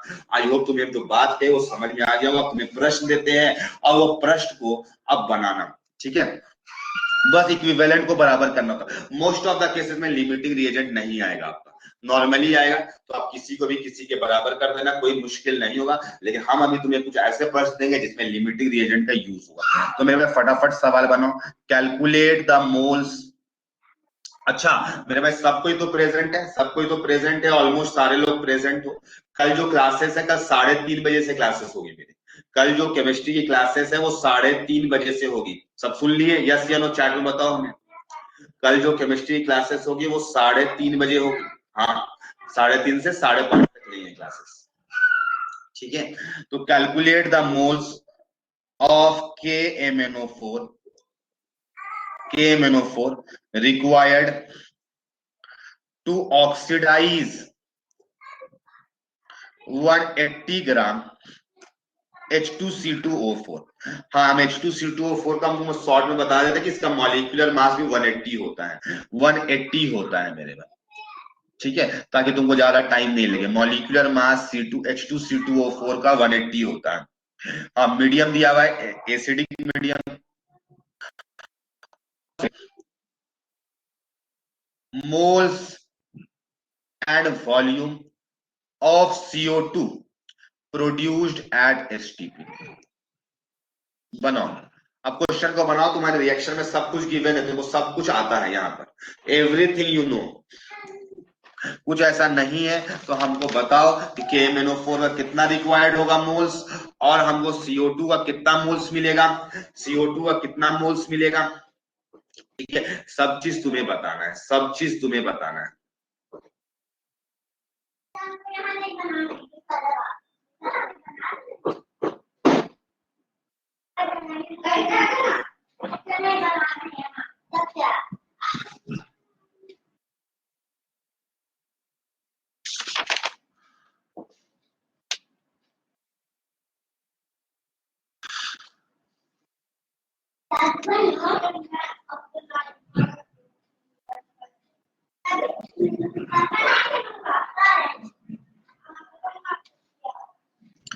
जल्दी जवाब देना मेरे भाई।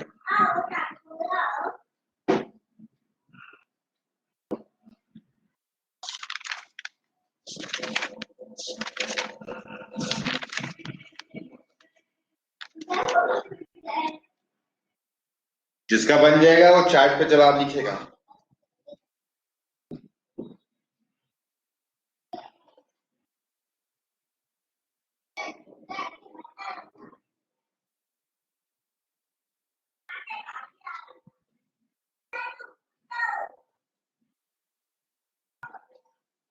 कल की जो क्लासेस होगी वो 3:30 बजे होगी, सबको पता होना चाहिए।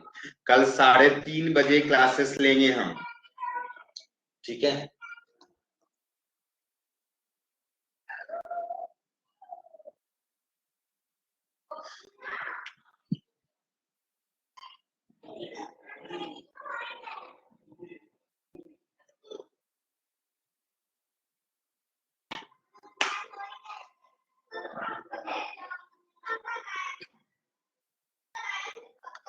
टू बाई फाइव नहीं आएगा सौम्य जी, थोड़ा आप गलती कर दी एन फैक्टर लेने में कहीं पे। हाँ, श्रुति का जवाब सही है, 4/5। वेरी गुड श्रुति। बाकी पार्ट बनाओ। CO2 का बताना है कि एसटीपी में कितना होगा। सही जवाब लग रहा है।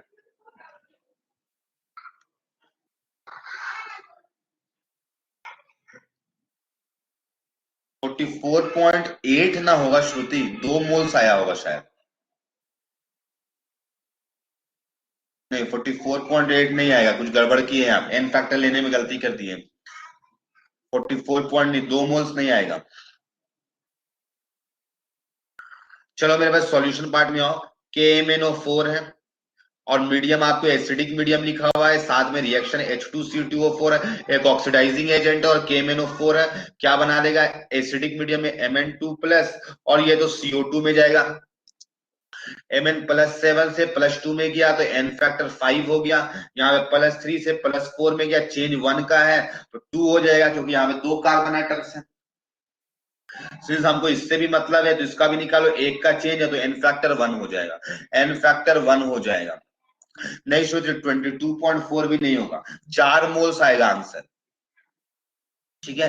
तो सबसे पहले 180 ग्राम है तो सब मोल्स निकाल लो, 180/180 जो कि 1 आ जाएगा, 1 मोल। तो इक्विवेलेंट बराबर कर लो, इसका इक्विवेलेंट इज इक्वल टू इसका इक्विवेलेंट, दोनों बराबर करो। कैसे करोगे, इसका मोल्स तो n मान लो, तो n इंटू n फैक्टर 5, इसका मोल्स 1 है।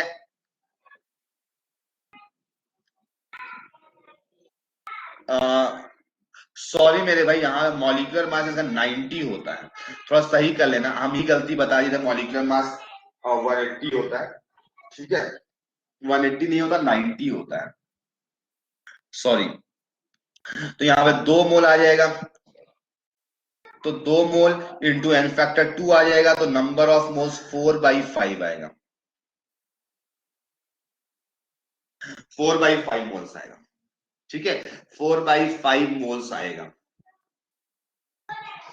हाँ श्रुति का आप जवाब सही है, तो 4/5 मोल्स आएगा। हाँ, अब CO2 के लिए हमको निकालना है मोल्स, तो उसके लिए किसी का भी इक्विवेलेंट बराबर कर दो, किसी का भी बराबर कर लो मेरे भाई। तो हम इसी का दोनों का बराबर कर रहे हैं, equivalent of H2C2O4 equal to equivalent of CO2, equivalent of CO2। तो C2O4 का कितना इक्विवेलेंट है मेरे भाई, तो इसका इक्विवेलेंट जो है वो 2 इंटू 2 4 हो जाएगा, और इसका इक्विवेलेंट 1, और इसका number of moles of CO2, यहां से number of moles of CO2 4 mole आ जाएगा, 4 मोल आ जाएगा। तो volume of CO2 at HTP आ जाएगा 89.6 लीटर्स, 89.6 लीटर्स आ जाएगा, ठीक है। तो आई होप आपको बात समझ में आया हो, कैसे क्वेश्चन को अप्रोच लेना है, कैसे क्वेश्चन को अप्रोच लेना है। तो इस तरीके से अप्रोच लो, अपने आप बन जाएगा। हाँ, तो अगर अब हमें एक चीज बताना, कभी मोलैरिटी गिवन होगा तो क्या मोलैरिटी और वॉल्यूम गिवन रहेगा तो मोल्स निकाल लोगे तुम लोग? अगर कभी मोलैरिटी और वॉल्यूम गिवन होगा तो क्या मोल्स निकाल लोगे तुम लोग? हाँ, श्रुति निकाल लेगी, ऋषिकेश भी निकाल लेगा, वेरी गुड। और बाकी लोग नहीं निकाल पाएंगे क्या? निकाल लोगे ना? तो नंबर ऑफ मोल्स, मोलैरिटी का जो फॉर्मूला होता है number of moles upon volume of solution in litre, तो वॉल्यूम से मल्टीप्लाई कर लेना मोलैरिटी को, तो अपने आप मोल्स पता चल जाएगा। तो वैसा क्वेश्चन में आपको मोल्स हो सकता है, मोल्स जैसे यहाँ पे वेट गिवन था तो वेट से आप मोल्स निकाले। कभी मोलैरिटी गिवन होगा तो मोलैरिटी से मोल्स निकालना होगा तो आप निकाल लेना। तो हम तुम्हें बहुत सारे क्वेश्चंस होमवर्क देंगे हम इससे रिलेटेड, ताकि तुम्हारा प्रैक्टिस इसमें अच्छा हो जाए, कमांड अच्छा हो जाए। ठीक है, चलो हम एक ऐसा क्वेश्चन कराने जा रहे हैं जिसमें लिमिटिंग वाला थोड़ा यूज हो जाए तुम्हारा। बाकी सारा क्वेश्चन होमवर्क दे देंगे हम तुम्हें, क्वेश्चन शीट में हाँ उसी में से कुछ क्वेश्चन हम क्लास में करा रहे हैं, उसी में से कुछ क्वेश्चन सेलेक्टेड क्वेश्चन को हम क्लास में करा रहे हैं ताकि तुम्हारा कॉन्सेप्ट आ जाए। हाँ, कॉन्सेप्ट बस केवल एक ही है कि इक्विवेलेंट को इक्वेट करना होता है। ठीक है, मास ऑफ हाँ, जो क्वेश्चन करा दिए होंगे उसमें से उसको बनाने की जरूरत नहीं है, या फिर भी बनाओगे तो प्रैक्टिस होगा, अच्छा बात है। ठीक है, mass of Cl2 produce by complete reaction of 230 grams, complete reaction of 230 gram AH2O5 with 182.5 gram HCl according to the given reaction. आपको हाँ कोई नया रिएक्शन होगा तो हमेशा आपको रिएक्शन गिवन होगा। तो एक रिएक्शन दिया गया है जिसमें आपको बताना है कितना प्रोड्यूस होगा Cl2, तो AH2O5 प्लस HCl, नया रिएक्शन होगा तो हमेशा आपको गिवन होगा ASCl3 प्लस Cl2। ठीक है, और साथ में H2O लिखा हुआ है, खैर हमको H2O से कोई मतलब नहीं है यहाँ पर, फिर भी दिया गया है। तो यहाँ पे आपको बताना है कितना मास, इस पर मास बताना है Cl2 का। हाँ, मॉलिक्यूलर मास Cl2 का 71 होगा, बहुत लोग 35.5 ले लेते हैं, नहीं मेरे भाई 71 हुआ, क्योंकि दो क्लोरीन है, तो क्लोरीन का एटम का 35.5 होता है, मॉलिक्यूल का 71 होता है। ठीक है, बनाओ जल्दी से, हम चाहते हैं सब कोई बना ले, हम चाहते हैं सब कोई बना ले।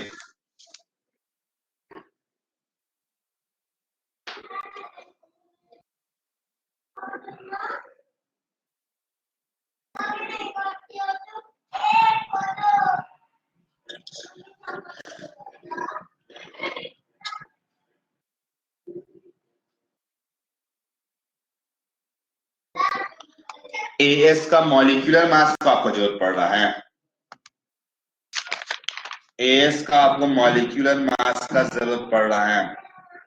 हम आपको ये चीज बता देते हैं, ये 230 ग्राम से, तो AH2O5 का मॉलिक्यूलर मास ही याद अभी लिख लो, AH2O5 का मॉलिक्यूलर मास जो होगा वो 230 होगा, यानी मोल्स ऑफ AH2O5 1 मोल आ जाएगा। ठीक है, मोल्स जो आएगा AH2O5 का 1 मोल्स आ जाएगा, ये लिख लो।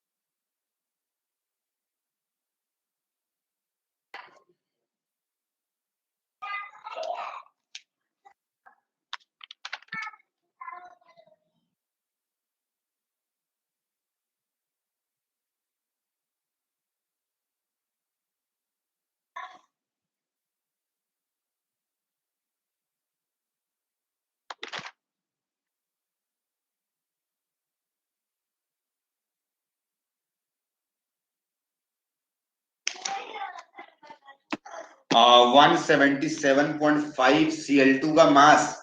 नहीं जुबैर, गड़बड़ है। 177.5 नहीं आएगा, कहीं भी तुम गलती की हो, या फिर आप लिमिटिंग रिएजेंट नहीं देख पाए। लिमिटिंग रिएजेंट है कोई जिसका इक्विवेलेंट कम होगा, वो लिमिटिंग रिएजेंट होगा। यहाँ पे हम बोले थे आपको, हम लिमिटिंग रिएजेंट का प्रश्न देंगे। ठीक है, और किसी का कोई जवाब?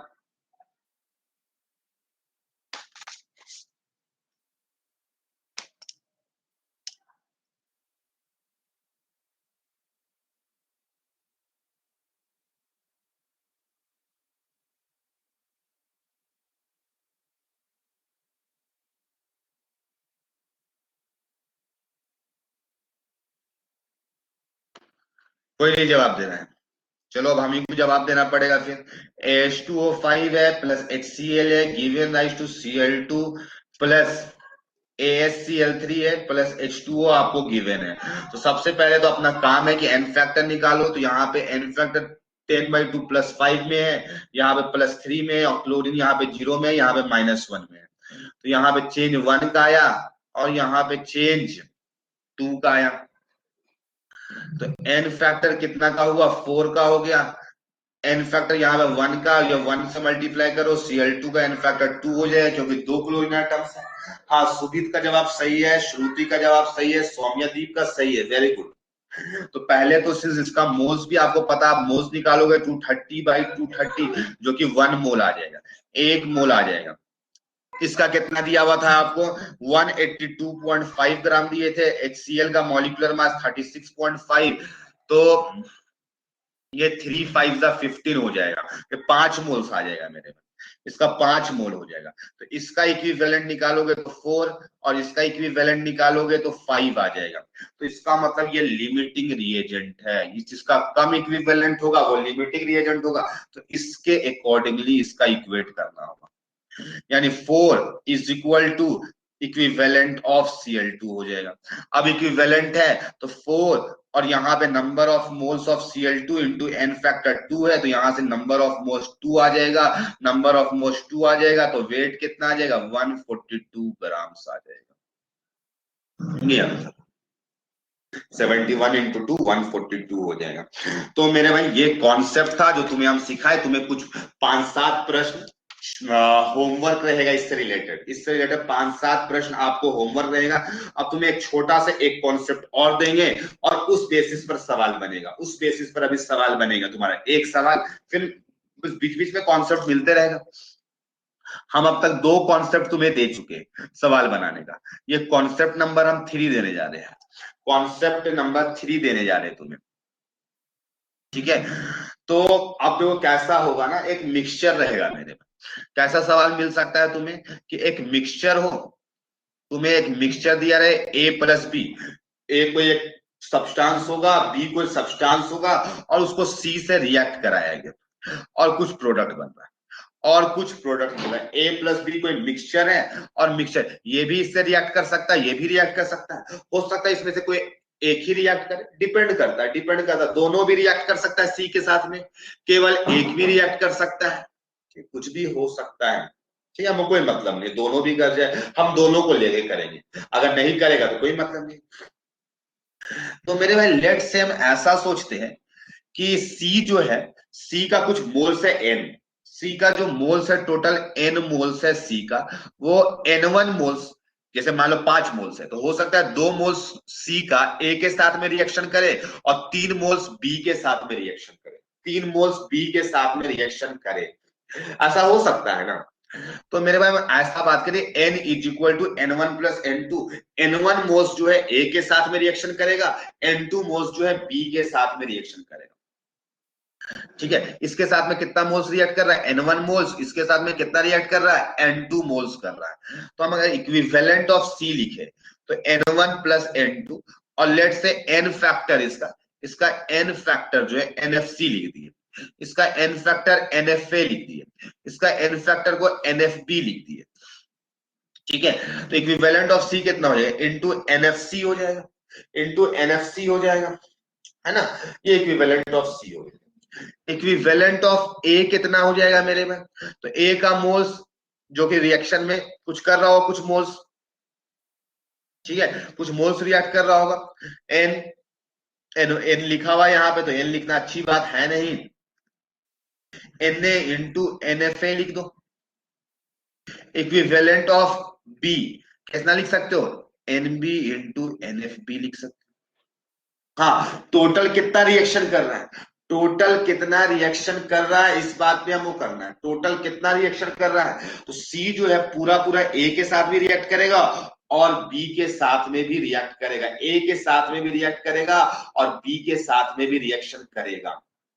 तो सोचो, अगर ए के साथ में रिएक्शन करता केवल सी, अगर केवल ए के साथ में रिएक्शन करता सी, तो इसके साथ में इक्विवेलेंट ऑफ सी बराबर हो जाता, कितना लिख देते, अगर ए के साथ में N1 मोल किया तो N1 इंटू NFC लिख देते, बराबर हो जाता, होता कि नहीं। N1 मोल्स ए के साथ के तो इन लोग दोनों का भी इक्विवेलेंट N1 मोल्स वाला तो बराबर होता, और NB मोल्स वाला N2 इंटू NFC होता, N2 इंटू NFC होता। तो मेरे भाई यही चीज को N1 इंटू NFC को हम NAFA लिख सकते हैं, N2 वाले को N2 इंटू NFC को हम NB NFB लिख सकते हैं। तो क्या हम इक्विवेलेंट ऑफ C को equivalent of A plus equivalent of B नहीं लिख सकते क्या, equivalent of A plus equivalent of B नहीं लिख सकते, एकदम खुले में लिख सकते हैं, क्योंकि N1 मोल्स इसका ए के साथ रिएक्ट किया, N2 मोल्स इसके साथ में किया, तो N1 वाला इसका इक्विवेलेंट इसके बराबर होगा, N2 वाला इसके बराबर इक्विवेलेंट होगा, और इसका इक्विवेलेंट को ऐसे लिख सकते थे तो इसको ऐसे लिख दिया। समझ में आ गया सबको, यस या नो चार्ट पे जवाब दो, तो इससे रिलेटेड हम बात करेंगे। आई होप सबको आ गया होगा। हाँ, अब सुनो, कभी ऐसा भी हो सकता है कि बी के साथ में रिएक्शन ही नहीं करे, तो मेरे भाई बी का इक्विवेलेंट को जीरो लिख देंगे वहां पे। ए के साथ में रिएक्शन ही नहीं करे तो ए का इक्विवेलेंट जीरो लिख देंगे, और दोनों के साथ में रिएक्शन करेगा तो जोड़ के लिख देंगे, दोनों के साथ में रिएक्शन रहेगा करेगा तो जोड़कर लिख देंगे, जोड़कर लिख देंगे मेरे। तो हम तुम्हें एक प्रश्न देने जा रहे हैं, उस प्रश्न को तुम बनाना, एक प्रश्न देने जा रहे हैं, उस प्रश्न को बनाना। क्वेश्चन है, and equimolar mixture of copper oxide CuO, copper oxide and Cu2O is, ठीक है, इक्विमोलर मिक्सचर है, मिक्सचर लिखा हुआ है, ठीक है, आप समझ लेना क्वेश्चन को। टाइट्रेटेड, हाँ ये सब ऐसा नहीं कि टाइट्रेटेड, पहले तो आप लोगों को बहुत डर लगता होगा टाइट्रेशन के नाम से, तो कुछ डरना नहीं, कोई वर्ड का कोई मतलब नहीं, आप समझ सोचना ही फालतू का लिखा हुआ है, ऐसा ही इमेजिन करना, उसको बुड़बक बनाओ, क्वेश्चन को बुड़बक बना दो, ठीक है, विथ 100 मिलीलीटर ऑफ 0.1 एम के एमएनओ, जैसे हम सॉल्व करने के लिए बताए हैं वैसे ही बनाना। सॉल्यूशन इन एसिडिक मीडियम, ठीक है, मीडियम आपको गिवन होगा हमेशा, कुछ नहीं गिवन होगा तो न्यूट्रल मान लेना, और क्या। कैलकुलेट, कैलकुलेट मिलीमोल्स, मिलीमोल्स जैसे मिलीलीटर होता है ना मेरे भाई, लीटर को 10 का 1000 से मल्टीप्लाई कर दोगे तो वैसे ही मोल्स को 1000 से मल्टीप्लाई कर दोगे ना, तो वहां पे मिलीमोल्स आ जाएगा। Copper 2 plus in final solution, in final solution, बनाओ इसको, आसान क्वेश्चन है, अच्छा लगेगा तुम्हें बना करके। पूरा फाइनल Cu2 प्लस का बताना है, ठीक है, फाइनल सॉल्यूशन में कितना होगा Cu2 प्लस।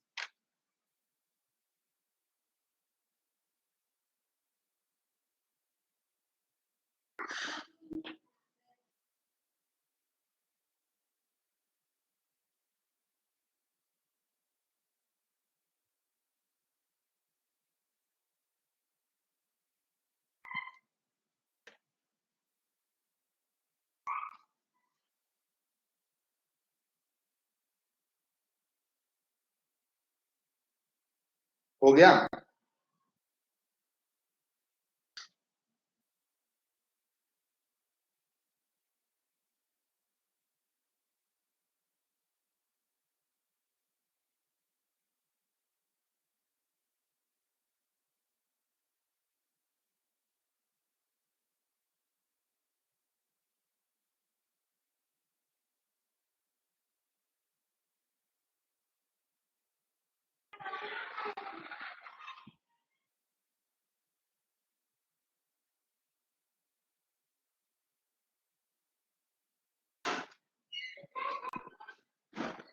जिसका बन जाएगा वो चैट पे जवाब देगा।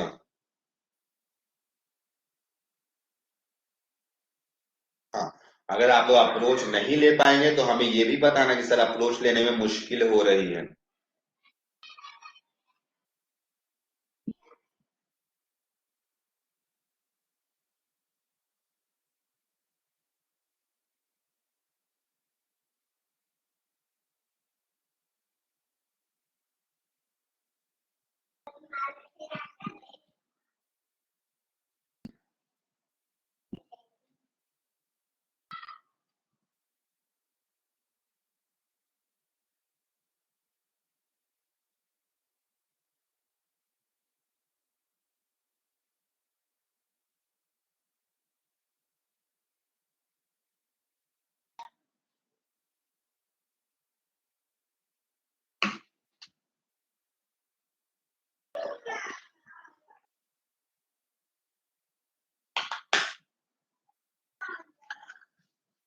किसी का नहीं बना।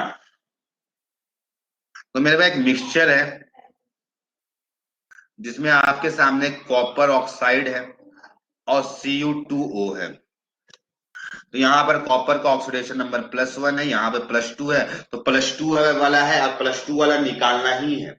फाइनल सॉल्यूशन में भी आपको लिखा गया कि KMnO4, तो KMnO4 किसी को भी ऑक्सीडाइज ही करेगा। KMnO4 एक ऑक्सीडाइजिंग एजेंट है मेरे में। तो Cu2+ अब फर्दर ऑक्सीडाइज नहीं होगा, Cu2+ फर्दर ऑक्सीडाइज नहीं होगा। कौन हो सकता है? Cu+1। Cu2+ में होगा और आपको एसिडिक मीडियम लिखा हुआ है, इसका मतलब Mn2+ में जा रहा है। इसका मतलब Mn2+ पे जा रहा है। Mn किस में जा रहा है? Mn2+ में जा रहा है। ठीक है, Mn2+ पे जा रहा है, जा रहा है अपने। तो रिएक्शन में इसका तो, इसके लिए तो एन फैक्टर 0 हो गया। अगर इसका सोचोगे भी तो इसका एन फैक्टर ही 0 हो गया। हाँ, इसका एन फैक्टर कितना हो? इसका एन फैक्टर निकालो, चेंज 1 का है और यहाँ पे 2 एटम्स है तो इसका एन फैक्टर 2 हो जाएगा। इसका एन फैक्टर कितना हो जाएगा? 1 हो जाएगा। चेंज 1 का है और वहां पे एटम्स भी 1 है तो 1 हो जाएगा। में 100 नहीं होगा, थोड़ा आप गलती कर दी कहीं पे, कुछ ना कुछ एन फैक्टर ये सब कुछ लेने में आपका गलत हुआ है। ठीक है। हाँ, अब लिखा हुआ है इक्वी मोलर, तो अगर इसका एक्स मोल होगा तो इसका भी एक्स मोल होगा। दोनों का इक्वी मोलर लिखा हुआ है तो एक्स मोल और एक्स मोल होगा। ठीक है। हाँ, इसका मोल्स कितना होगा? तो 0.1 इंटू 100 मिलीलीटर से 1000 से डिवाइड दे दो तो नंबर ऑफ मोल्स 0.01 मोल आ जाएगा। 0.01 मोल्स, या मिली मोल्स में भी रहने दे सकते हो। जब आंसर मिली मोल्स में निकालना तो मिली मोल्स में भी रहने दे सकते हो। हाँ, अब सवाल है कि रिएक्शन में कौन करे, यानी KMnO4 से ये रिएक्शन कर रहा है, केवल ये दोनों आपस में रिएक्शन कर रहे हैं, केवल ये, क्योंकि ये तो इसका कोई ऑक्सीडेशन ही नहीं हुआ, ये पहले से ही +2 में था, बाद में भी +2 में, इससे कोई रिएक्शन नहीं हो रहा, इनफैक्टर 0 है। रिएक्शन किससे हो रहा है? इससे। Equivalent of C is equal to equivalent of A plus equivalent of B। तो मेरे भाई B का इक्विवेलेंट 0 है, तो इसका मतलब equivalent of KMnO4, KMnO4 minus नहीं है, इक्वल टू क्या है? Equivalent of Cu2O plus equivalent of CuO, लेकिन ये इक्विवेलेंट 0 है। क्यों 0 है? क्योंकि इसका इनफैक्टर 0 है। बोल सकते हो या लॉजिकली भी बोल सकते हो, रिएक्शन कर ही नहीं रहा है। तो MnO4 का 0.01, एन फैक्टर 5 है, इसका एन फैक्टर कितना है? 5 है। इसका एक्स मोल्स है, एक्स, हाँ, एन फैक्टर कितना है? Cu2 का 2 है, तो यहां से कितना निकल जाएगा मेरे भाई? एक्स का वैल्यू 5/2, 2.5 इंटू 10 का पावर -2। 0.01 को हम 10 का पावर -2 मोल्स लिखते हैं। इसका मोल्स पता है, इसका मोल्स पता चलेगा। हाँ, आपको इसका मोल्स अब पता लगा रहा है, इसका मोल्स भी Cu2+ का, तो equivalent of KMnO4 equal to equivalent of Cu2+। Cu2+, तो मेरे पास KMnO4 का लगा दो तो कितना है उसका? 5 एन फैक्टर, मोल्स कितना है? 10 का पावर -2। इसका क्या हो जाएगा? कुछ y मोल्स मान लो या n, या नंबर ऑफ मोल्स y मान लो, तो y हो गया, एन फैक्टर 1 है तो y का वैल्यू 5 इंटू 10 का पावर -2 मोल्स आ गया। तो टोटल मोल्स Cu2+ का, टोटल मोल्स ऑफ Cu2+, तो मेरे पास CuO का मोल्स प्लस Cu2+ का, CuO का मोल्स कितना है मेरे पास? तो जितना x का वैल्यू उतना ही CuO का है, तो मेरे पास सॉल्व करोगे तो 75 मिली मोल्स आ जाएगा। यहां से इसको 50 मिली मोल्स, यहाँ पे 25 मिली मोल्स, सॉल्व करोगे तो 75 मिली मोल्स आ जाएगा।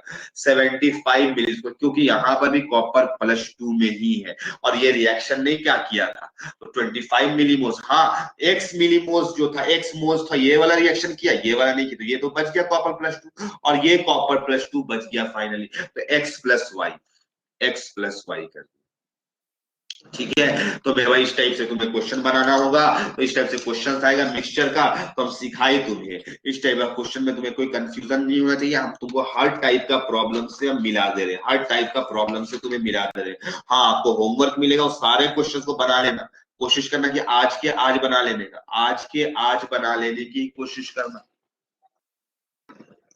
ठीक है, आज के आज बना लेने की ही कोशिश करना, ठीक है। तो मेरे भाई अब हम तुमको ना डिफिकल्ट डिफिकल्ट वाला क्वेश्चन करा दिया, अब आसान आसान वाले बचे हुए तो तुम सीधा सीधा बना सकते हो, तो सीधा सीधा तुम बना सकते हो, ठीक है। तो मेरे भाई हम लोग अब तक दो टाइप का एन फैक्टर निकालने के लिए सीखे। एक हम लोग कैसा रिएक्शन का सीखे, इंटरमॉलिक्यूलर रिडॉक्स रिएक्शन का कैसे निकालते थे मेरे में, बहुत सिंपल था उसका, केवल एक ही कोई ऑक्सीडाइज करता था या केवल एक ही कोई रिड्यूस करता था, तो change in oxidation number into number of atoms कर लेते थे। फिर केस नंबर 2 में देखे कि एक ही कंपाउंड के दो एलिमेंट्स, या तो दोनों ऑक्सीडेशन करेंगे या तो दोनों रिडक्शन करेंगे, तो वहां पर एन फैक्टर क्या आएगा, तो वहां पर एन फैक्टर निकालना था, वैसा ही निकालना था कि जोड़ देना था दोनों को, दोनों का change in oxidation state into number of atoms को जोड़ दे रहे थे। ये केस नंबर 2 था। अब हम बात करने जा रहे हैं केस नंबर 3 में। हाँ, अब कोई नया कॉन्सेप्ट नहीं आएगा, बस हम एक और कॉन्सेप्ट से तुम्हें मिलाएंगे, नॉर्मलिटी से, नॉर्मलिटी से तुम्हें मिलाएंगे बस। अब और कोई नया कॉन्सेप्ट इसमें नहीं आने वाला है। N factor for disproportionation reaction. अब तुम बहुत सारे, ये नाम का मतलब हमें नहीं समझ में आ रहा है, डिसप्रोपोर्शनेशन रिएक्शन। तो मेरे भाई इस पे ऐसा होता है कि सेम एलिमेंट का ऑक्सीडेशन और रिडक्शन दोनों कुछ होगा, same element, same element undergoes oxidation and reduction both, same element का ऑक्सीडेशन भी होगा और उसी का रिडक्शन भी होगा, तो वैसे रिएक्शन को हम लोग डिसप्रोपोर्शनेशन रिएक्शन कहते हैं। सेम एलिमेंट का ऑक्सीडेशन भी होगा, रिडक्शन भी होगा, तो वैसे रिएक्शन को हम लोग क्या कहते हैं, डिसप्रोपोर्शनेशन रिएक्शन कहते हैं। For example Cl2 given rise to Cl minus plus ClO3 minus, तो यहाँ पर Cl का ऑक्सीडेशन नंबर 0 है, यहाँ पे -1 है और यहाँ पे +5 है, यहाँ पे +5 है, तो मेरे भाई यहाँ पर चेंज चेंज हुआ, यहाँ पर क्या हुआ, ऑक्सीडेशन हुआ या रिडक्शन हुआ, तो घटा है ऑक्सीडेशन नंबर, या बोल सकते हो गेन किया क्लोरीन इलेक्ट्रॉन, तो रिडक्शन हुआ, और यहां से यहाँ क्या हुआ, लूज किया, प्लस में चला गया मेरे भाई, तो ये ऑक्सीडेशन हो गया।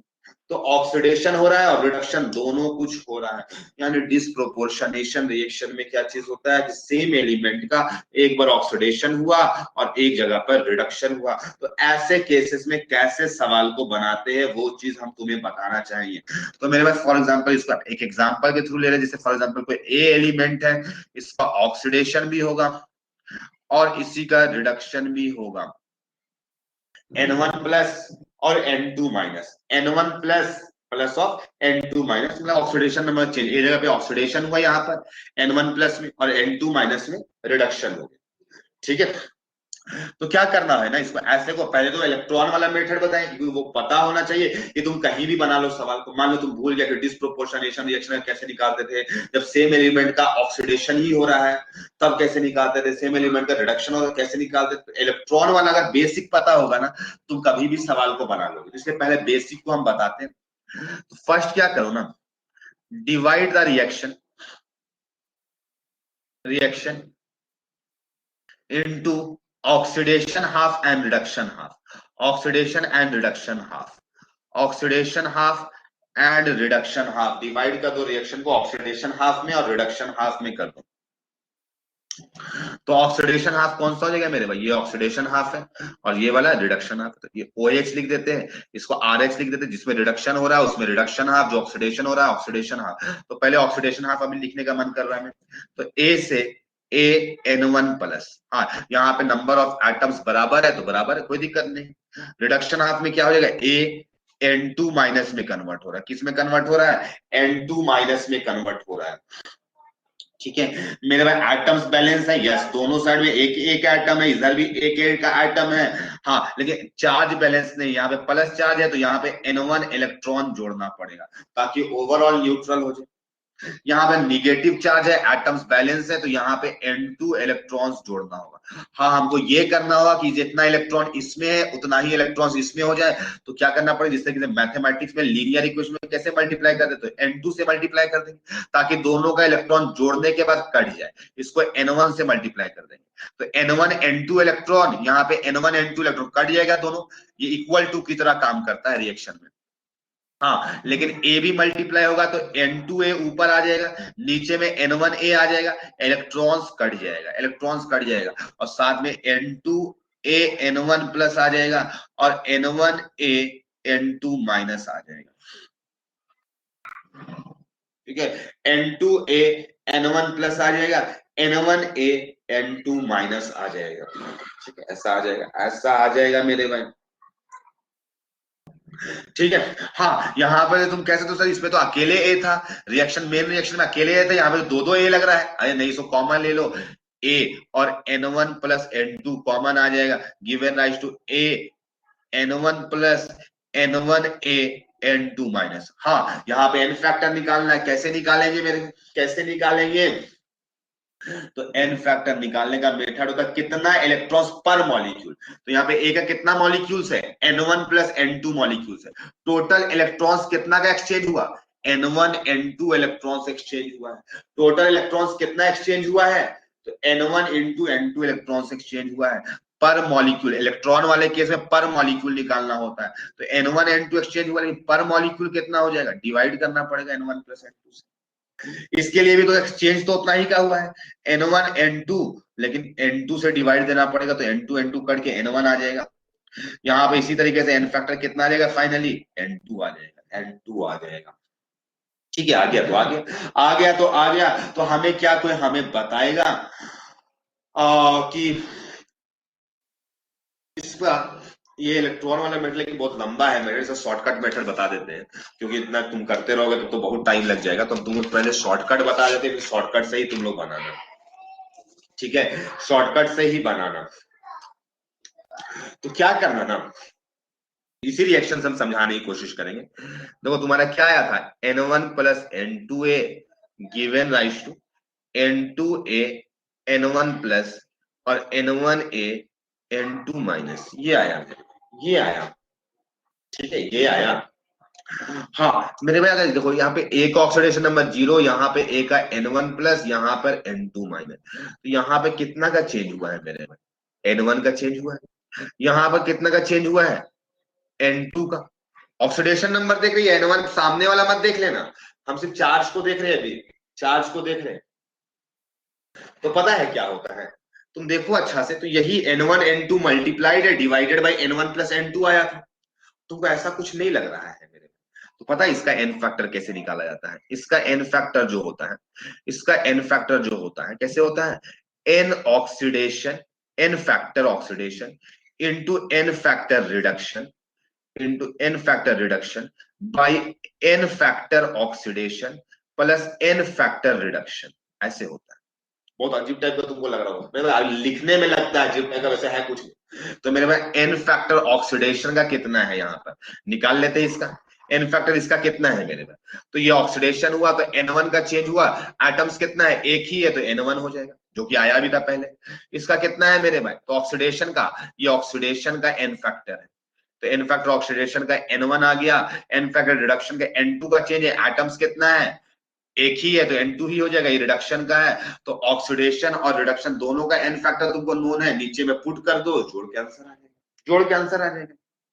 चलो जो क्वेश्चन हम तुम्हें दिए थे मेरे भाई, अब तक हमको नहीं पता कितना क्वेश्चन डिस्कशन किए, तो हम एग्जांपल नंबर 1 लिख देते, वही को Cl2 given rise to Cl minus plus ClO3 minus, हमको इसमें बता सकते हो कितना आएगा, पहले इन लोग का ऑक्सीडेशन रिडक्शन का पहले निकालो एन फैक्टर, फिर इसका करना, वैसे मत करना कि मल्टीप्लाई कर दिए सीधा सीधा, नहीं वैसा करना मत। उससे भी आंसर सेम ही आता है, लेकिन बहुत कंफ्यूजिंग है फिर मेरे। तो अगर कंफ्यूजन से बचना चाहते हो तो हम जो तुमको बताएं उससे, डिसप्रोपोर्शनेशन रिएक्शन के डिस एन फैक्टर ही में जो है सो गेम है मेरे बच्चे। एन फैक्टर तुमको निकालने के लिए आ गया ना, तो तुम क्वेश्चन कोई भी बना लेगा, तुम कोई भी क्वेश्चन बना लेगा, ऐसा कुछ नहीं है कि फिर तुम नहीं बना सकते। हमको कोई बताएगा Cl2 का कितना आएगा एन फैक्टर, थोड़ा जल्दी बताना मेरे को, जल्दी बताना।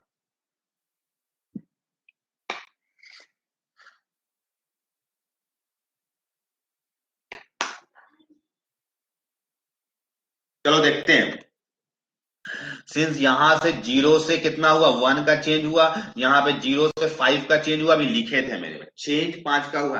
तो एन फैक्टर ये कौन सा पार्ट है, ये रिडक्शन वाला पार्ट है, ये ऑक्सीडेशन पार्ट है, तो एन फैक्टर इसका लिखो। तो ये मेरे भाई किसका पार्ट है, रिडक्शन वाला पार्ट है, चेंज 1 का हुआ, एटम भी एक है, तो एन फैक्टर 1 आ जाएगा। इसका एन फैक्टर निकालो, तो इसका एन फैक्टर 5 का चेंज है, एटम भी एक है, तो 5 हो जाएगा। तो इसका एन फैक्टर कुछ नहीं करना, मेरे जो जो इन लोगों का एन फैक्टर आया ना उससे मल्टीप्लाई कर दो, 1 into 5/6 कर दो, 1 into 5 डिवाइडेड बाई 6 कर दो, ठीक है। 1 into 5 डिवाइडेड बाई 6 कर दिया, 5+1 कितना हो जाएगा, 6 हो जाएगा, 5+1 कितना हो जाएगा, 6 हो जाएगा, ठीक है। लेकिन अब मेरे भाई इसका आंसर 5/6 नहीं है रियल मायने, इसका आंसर रियल मायने में 5/6 नहीं है। अब तुम बोल सकते क्या है, फिर क्या है, मेरे भाई इसका आंसर 5/3 है। कोई बता सकता है क्यों 5/3 है इसका आंसर?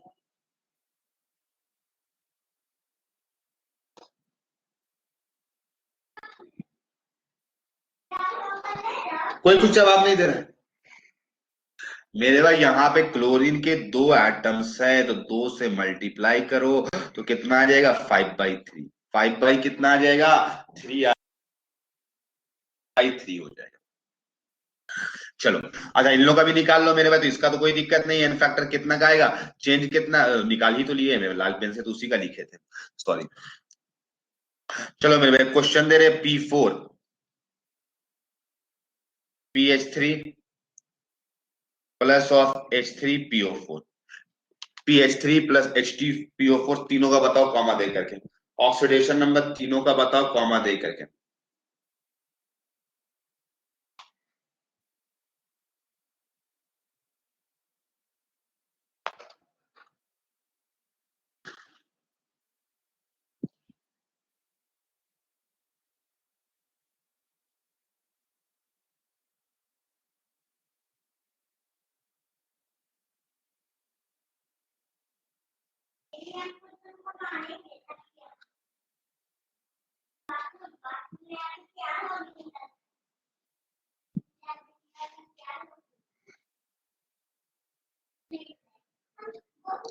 हाँ 15/2 तो P4 का होगा, बाकी का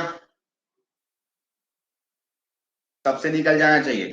तो यहाँ पे फास्फोरस का 0 है, यहाँ पे फास्फोरस का -3 है, यहाँ पे +5 है, तो यहाँ पे चेंज कितना का हुआ, 3 का, यहाँ पे चेंज कितना का हुआ, 5 का हुआ, तो इसका एन फैक्टर निकालो, ये रिडक्शन का एन फैक्टर है, ठीक है। तो 3 का चेंज, एटम भी 3, तो एन फैक्टर 3, इसका एन फैक्टर 5, तो इसका एन फैक्टर कितना हो जाएगा, 3 into 5/8, और इंटू क्या करना पड़ेगा, 4 एटम्स है, तो 4 से मल्टीप्लाई कर दो तो 15/2 आ जाएगा, 15/2 आ जाएगा। हाँ 3 और 5 होगा, वेरी गुड, बहुत सही। एक प्रश्न और देते हैं मेरे भाई, एक प्रश्न और देते हैं, तुम्हें बना करके बहुत अच्छा लगेगा। एक प्रश्न और दे रहे हैं, तुम्हें अच्छा लगेगा बनाकर। हाँ, एन फैक्टर ऑक्सीडेशन और रिडक्शन का पहले निकाल लेना, फिर करना वैसे। और भी बहुत सारा मेथड बुक में अलग अलग लिखा हुआ मिलेगा, आप कंफ्यूज कर जाओगे, इसलिए हम सिंपल मेथड तुम्हें सिखाए, जिससे कभी गलती नहीं होगा, जिससे कभी गलती नहीं होगा। चलो फटाफट तीनों का बताओ जल्दी से, ठीक है, तीनों का बताओ।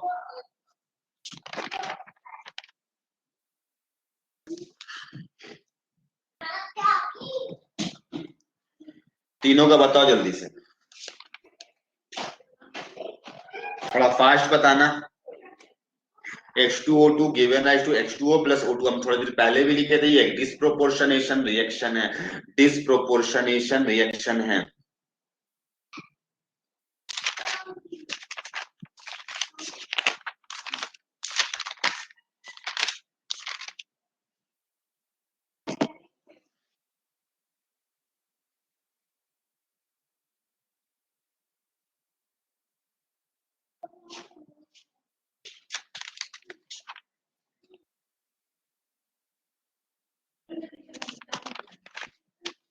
तो कैसे निकालोगे मेरे भाई, यहाँ पे ऑक्सीजन का -1 है, H2O2 पर ऑक्साइड होता है, यहाँ पे नहीं 4/3 नहीं आएगा, तुमने गलती कर दी, ऑक्सीजन का -2 ले लिए हो।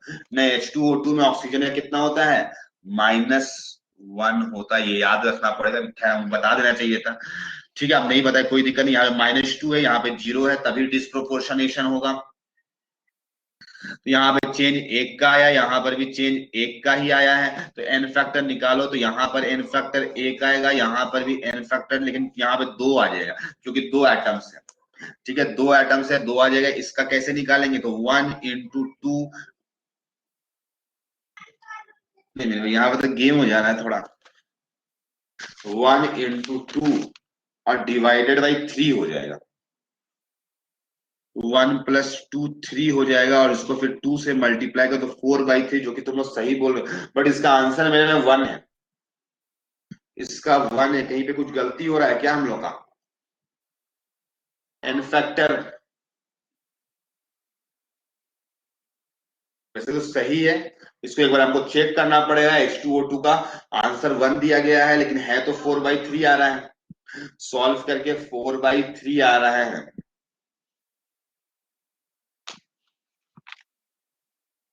ठीक है, इसको देख लेंगे मेरे, अब इसको रहने दो H2O2 वाला।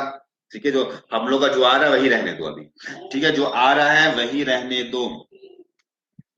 ठीक है, बाकी 1 और 2 बिल्कुल सही है आपका जवाब, बाकी 1 और 2 बिल्कुल आपका सही जवाब है।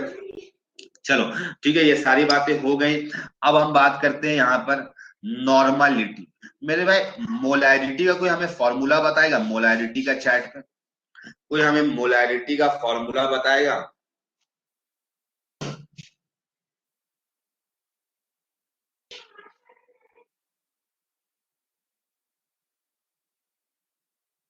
हाँ, moles by volume in litre, moles by volume in litre. मेरे भाई नॉर्मलिटी का भी इसी टाइप से फॉर्मूला होता है। तो नॉर्मलिटी का वैसे इसको हम लोग यूज वूज नहीं करते हैं मेरे, लेकिन कहीं में लिखा हुआ मिले तो कैसे उसको रिप्लेस करोगे ये तुमको जानना जरूरी है। तो नॉर्मलिटी जैसे यहाँ पे क्या होता है ना, मोलैरिटी में number of equivalents, number of moles होता था, यहाँ पर नंबर ऑफ इक्विवेलेंट्स हो जाता है, बस मोल्स इक्विवेलेंट पे रिप्लेस हो जाता है। और डिवाइडेड बाय वहां पे वॉल्यूम होता था सॉल्यूशन का लीटर में, यहाँ पर भी वॉल्यूम सॉल्यूशन का लीटर पे ही होता है, बस डिफरेंस क्या चीज है, नॉर्मलिटी में number of equivalent, number of equivalent, हाँ नंबर ऑफ इक्विवेलेंट, इसीलिए इक्विवेलेंट को normality into volume in litre भी लिख सकते हैं। तो इसलिए बहुत जगह पे आप देखेंगे बुक्स में इसमें सवाल बनाया जाता है N1V1 = N2V2 किया जाता है, आपको नहीं करना है, आपको नहीं करना है, सिर्फ कंफ्यूजन क्रिएट होगा। क्या बोले हम, ये सब फॉर्मूला नहीं लगाना, जिस फॉर्मूला को घेरेंगे बस वही लगाना है। ठीक है, हम बस आपको फॉर्मूला लिखवा दे रहे कि आपको मिलेगा, तो आप कह नहीं सकते हो कि सर आप पढ़ाई नहीं थे। यहाँ पर number of equivalent by volume of solution litre में होता है, और नंबर ऑफ इक्विवेलेंट बराबर होता है, तो इक्विवेलेंट का क्या फॉर्मूला हो गया, एनवी हो गया। तो दो चीज होगा, ए होगा प्लस बी होगा, तो N1V1 N2V2 लगा सकते हो, और बुक्स में यही लगाया रहता है, आपको नहीं लगाना है। अगर हम मना कर दिए तो मना कर दिए। ठीक है, अब तुमको फिर हमको क्या लगाना है, मान लीजिए नॉर्मलिटी गिवन होगा, तो अभी हम बताएंगे ना तुम्हें क्या लगाना है। तो मेरे पास normality into volume in litre हो गया। हम नॉर्मलिटी को एक टर्म और में लिखना चाहते हैं, नॉर्मलिटी को नंबर ऑफ इक्विवेलेंट्स को हम क्या लिख सकते हैं, तो याद करो, नंबर ऑफ इक्विवेलेंट्स को number of moles into N factor लिखते हैं, number of moles into N factor लिखते हैं। कैसे लिखते हैं, बार बार यही तो कर रहे थे मेरे, आज सुबह से तो यही किए कि number of moles into N factor को नंबर ऑफ इक्विवेलेंट्स कहते हैं। और मेरे में अच्छा से देखो अगर, तो number of moles by volume को मोलैरिटी नहीं कहते हैं क्या, मोलैरिटी नहीं कहते हैं क्या, तो मोलैरिटी इनटू एन फैक्टर, इस फॉर्मूला को लगाना है। तो normality is equal to molarity into N factor, इस फॉर्मूला को आप लगाएंगे। यानी कभी भी नॉर्मलिटी गिवन होगा तो आप क्या करना, आप उसको एन फैक्टर से डिवाइड दे करके मोलैरिटी निकाल लेना, मोलैरिटी निकालना, मोलैरिटी निकाल लोगे, वॉल्यूम पता होगा, वॉल्यूम पता होगा, मोल्स पता चल जाएगा, सब कुछ पता चल सकता है। तो ये फॉर्मूला आपको लगाना, ऊपर वाला नहीं लगाना है, ये इक्विवेलेंट नंबर एमवी वो सब नहीं, कंफ्यूजन क्रिएट करेगा। समझ में आया, हाँ कभी नॉर्मलिटी गिवन होगा, इसका मतलब आप समझना कि m into N F given है, m into N F given है। हाँ, इसको वॉल्यूम से मल्टीप्लाई कर दोगे तो इक्विवेलेंट बन जाएगा। इसी बात है, वॉल्यूम से मल्टीप्लाई करो नॉर्मलिटी को तो इक्विवेलेंट बन जाएगा। ठीक है, बहुत ज्यादा यूज भी नहीं होता है नॉर्मलिटी का, लेकिन कहीं कहीं पे आपको लिखा हुआ मिलेगा कि 0.1n, 0.1n का मतलब n बताता है नॉर्मलिटी। n क्या बताता है? नॉर्मलिटी। तो नॉर्मलिटी में n फैक्टर यूज होगा। आप कहोगे सर n फैक्टर कैसे निकालेंगे? तो मेरे भाई अभी तक इतना सारा n फैक्टर ही तो तुमको समझा रहे थे इतना देर से, n फैक्टर ही तो समझाए। हाँ, ऐसा नहीं खत्म हो गया n फैक्टर निकालने वाला पार्ट, अभी और भी निकालने के लिए हम नेक्स्ट लेक्चर में सीखेंगे। आज के लिए इतना ही। कल 3:30 बजे से क्लासेस स्टार्ट हुई। कितना बजे से स्टार्ट हुई क्लासेस? 3:30 बजे से। हाँ, हम लोग इस फॉर्मूला को यूज करेंगे। ठीक है, आज के लिए इतना ही।